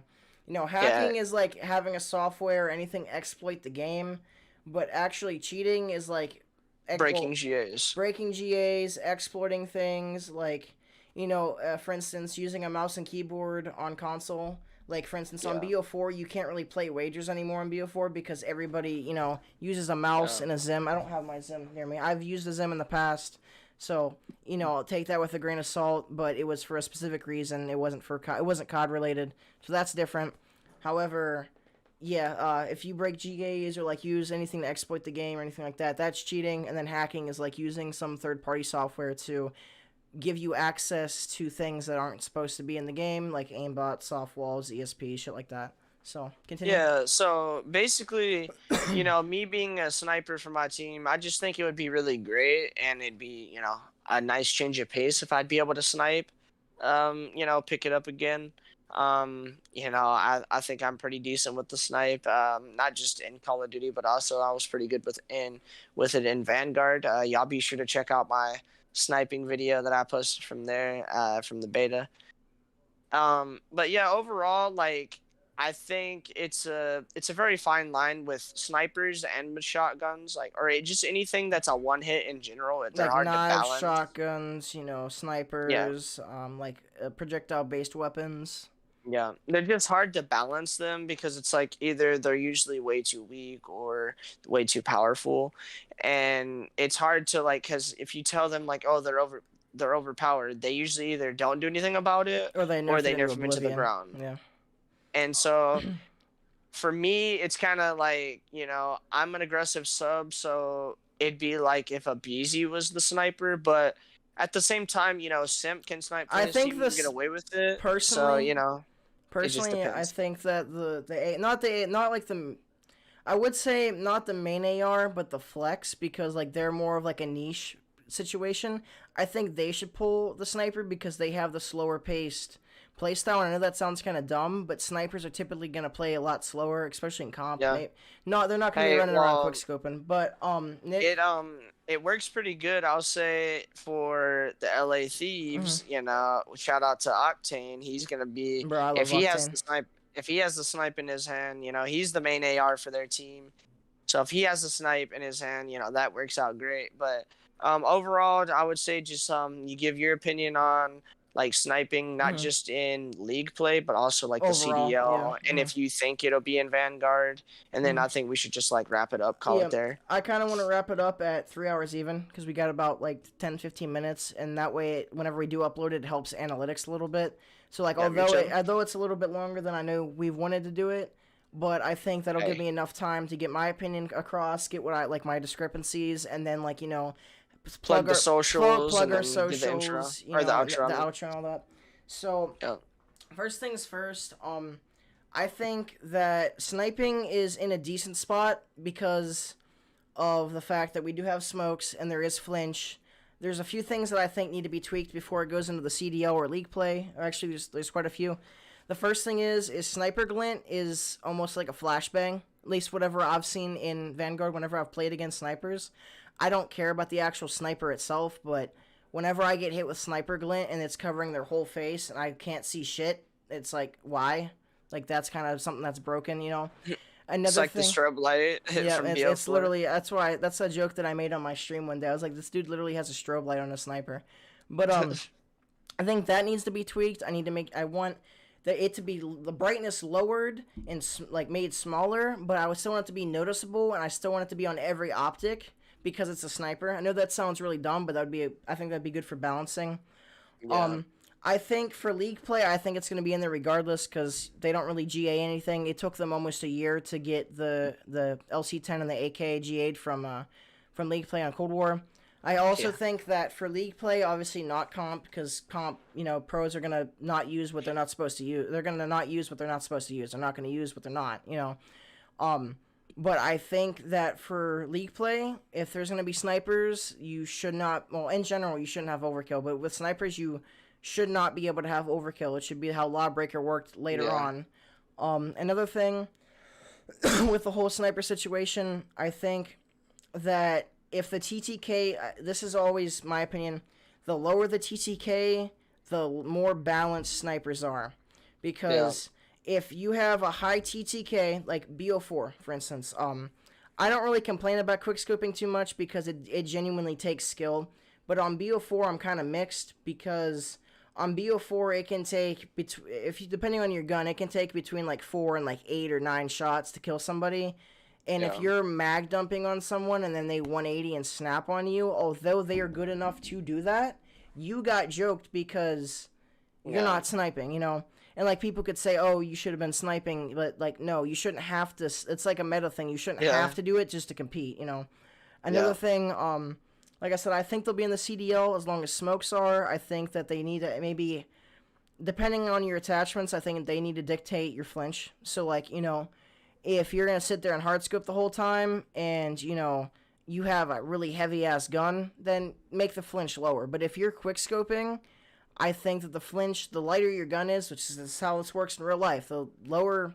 Obviously, if you get shot in real life, you're not just gonna flinch. You're gonna, like, roll on the floor. But you know the point.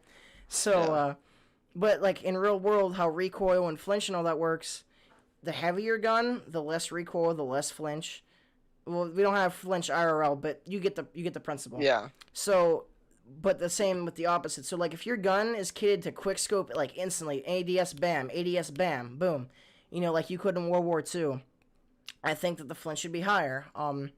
Couple other things is that, I think sniping could be a really powerful thing. It could be something that Dashy just has, a field day with. I think they're a real possibility, but I think there needs to be limitations, and I think League play needs to have snipers balanced and especially not have overkill.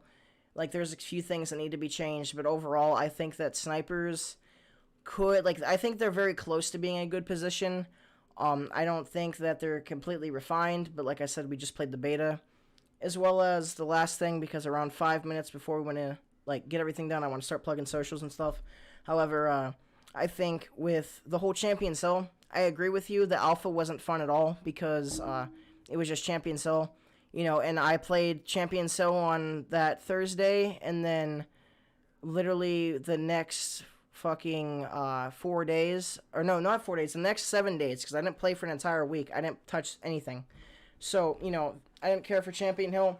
However, in the beta, week 2 beta, because I didn't play on console, the week 2 beta, me and Enzo grinded the beta, and we also played Champion Hill. And this is something that's kind of late to say now because, it's already over. But for the Champion Hill, that was me and Enzo's form of comp. Because, me and him, we even said, we kind of want to do wagers. He's kind of in the air about it, so, I'm not going to push him on it. But that was our way of training for 2v2s, and that was our way of, getting a feel for how the competitive scene's going to feel. Now, it was just, a way of, building chemistry and, it was getting a feel for how the competitive's going to play, yeah. Obviously it's not, we're going to have, Patrol, and we're going to have, Patrol, what is it going to be, CTF? Control, S&D... And what's the last? We don't know what the game 3 technically is going to be yet. So we don't know if Patrol will be the game 3. They might add Hardpoint as well. Yeah. Yeah, we don't know if Patrol will be the game 3, if it's taking over Hardpoint. But Search and Destroy is guaranteed, so that's good. But also with the 2v2 aspect thing, it's kind of like gunfight, and I think that with that it just gave us a feel for, obviously not the same gunplay, but it's going to give us an idea of how the comp's going to work, how our comms personally are going to work, how it's going to work. Are you going to be able to play and get a 2-piece and then play your life, or are you going to get a 2-piece and then get traded? Obviously that's that's more of a 4v4 thing, but, we're learning how to play with each other. Well, that's, how that sounded, but besides the point, I think that, I think with that being said, it's not we have to build, it's not us building chemistry as much as we're building chemistry for that game. I know that sounds really dumb. Yeah. But each game has a different pace, a different play style, a different comm system in a sense. So I think that was us getting a feel for how our comm's going to be, how is our rotations going to be. Not just rotations of an objective, but, our rotations around the map. How is it going to flow when we're in that 2v2, 3v3, 4v4 aspect, Mm-hmm. And, we've even played S&D matches is 4v4s, like not GBs or anything like that, but we played 4v4s and we treated it like a league play, and we figured out what worked, what didn't work. We played strats. Like, I kept giving us a strat that literally the pros were using in the beta, but since we were playing up against kids that don't really play competitive, they didn't work. So we have to like know our situation. It was not, I can guarantee you this, because I still have about a minute and a half, give or take. I can almost guarantee you that when we play league play, I'm pulling that strat out and it's gonna work. I'm not saying it'll work every time, but I think we should definitely don't chalk it out because it didn't work against pub kids. You know, because I was like I know I'm kind of like fluffing everything out, but like I said, I still have about a minute or so before I want to start like wrapping everything up here. Well, I But do want to say one thing before mhm, we wrap it up. yep, Just to that point I was making about the snipers in Vanguard. I think like they're either going to do something similar to what they kind of talked about with Cold War, where they allow you to use the sniper, but like only one per team, and then like one attachment. no attachments or one Yeah, attachment, something that's a to good that thing to have. effect. Yeah. But I think like snipers in their current state probably won't be allowed in the CDL. Yeah, that's But definitely a possibility. I think if they tweak it a little bit and balance it and get it right, I think it definitely not only could have a place, but I think it should have a place in the CDO. I It think there makes it should a be little bit more restrictions. entertaining. Yeah. The last thing, like I said, for the Vanguard, I'm trying to keep my aim straight. That's why I'm playing a lot of Warzone instead of Cold War. Like I'm still gonna play Cold War and try to like hit the bot session. Same engine. Yeah, but it's the same engine as MW, and also like throughout the beta weekend and even afterwards, like I'm going back and watching these these beta wagers and like tournaments because Yeah. like day one I want to do league play if it's there. I want to do wagers and GBs because I want to actually make this COD where I do something. Because in Cold War I started making something of it and then it ended because Champs was already over. You know, I want to Yeah. I want to step in the door with like We gotta be on the ball. I want to go in running, you know. But Yeah. with that being Hit the said, ground running. yeah, that's what it's called. You know, or that's the analogy or the phrase or whatever the fuck.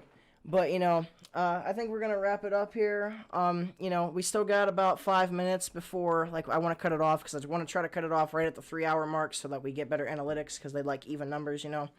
But obviously, Nick, is there anything else you'd like to say to wrap it up besides like your socials and all that?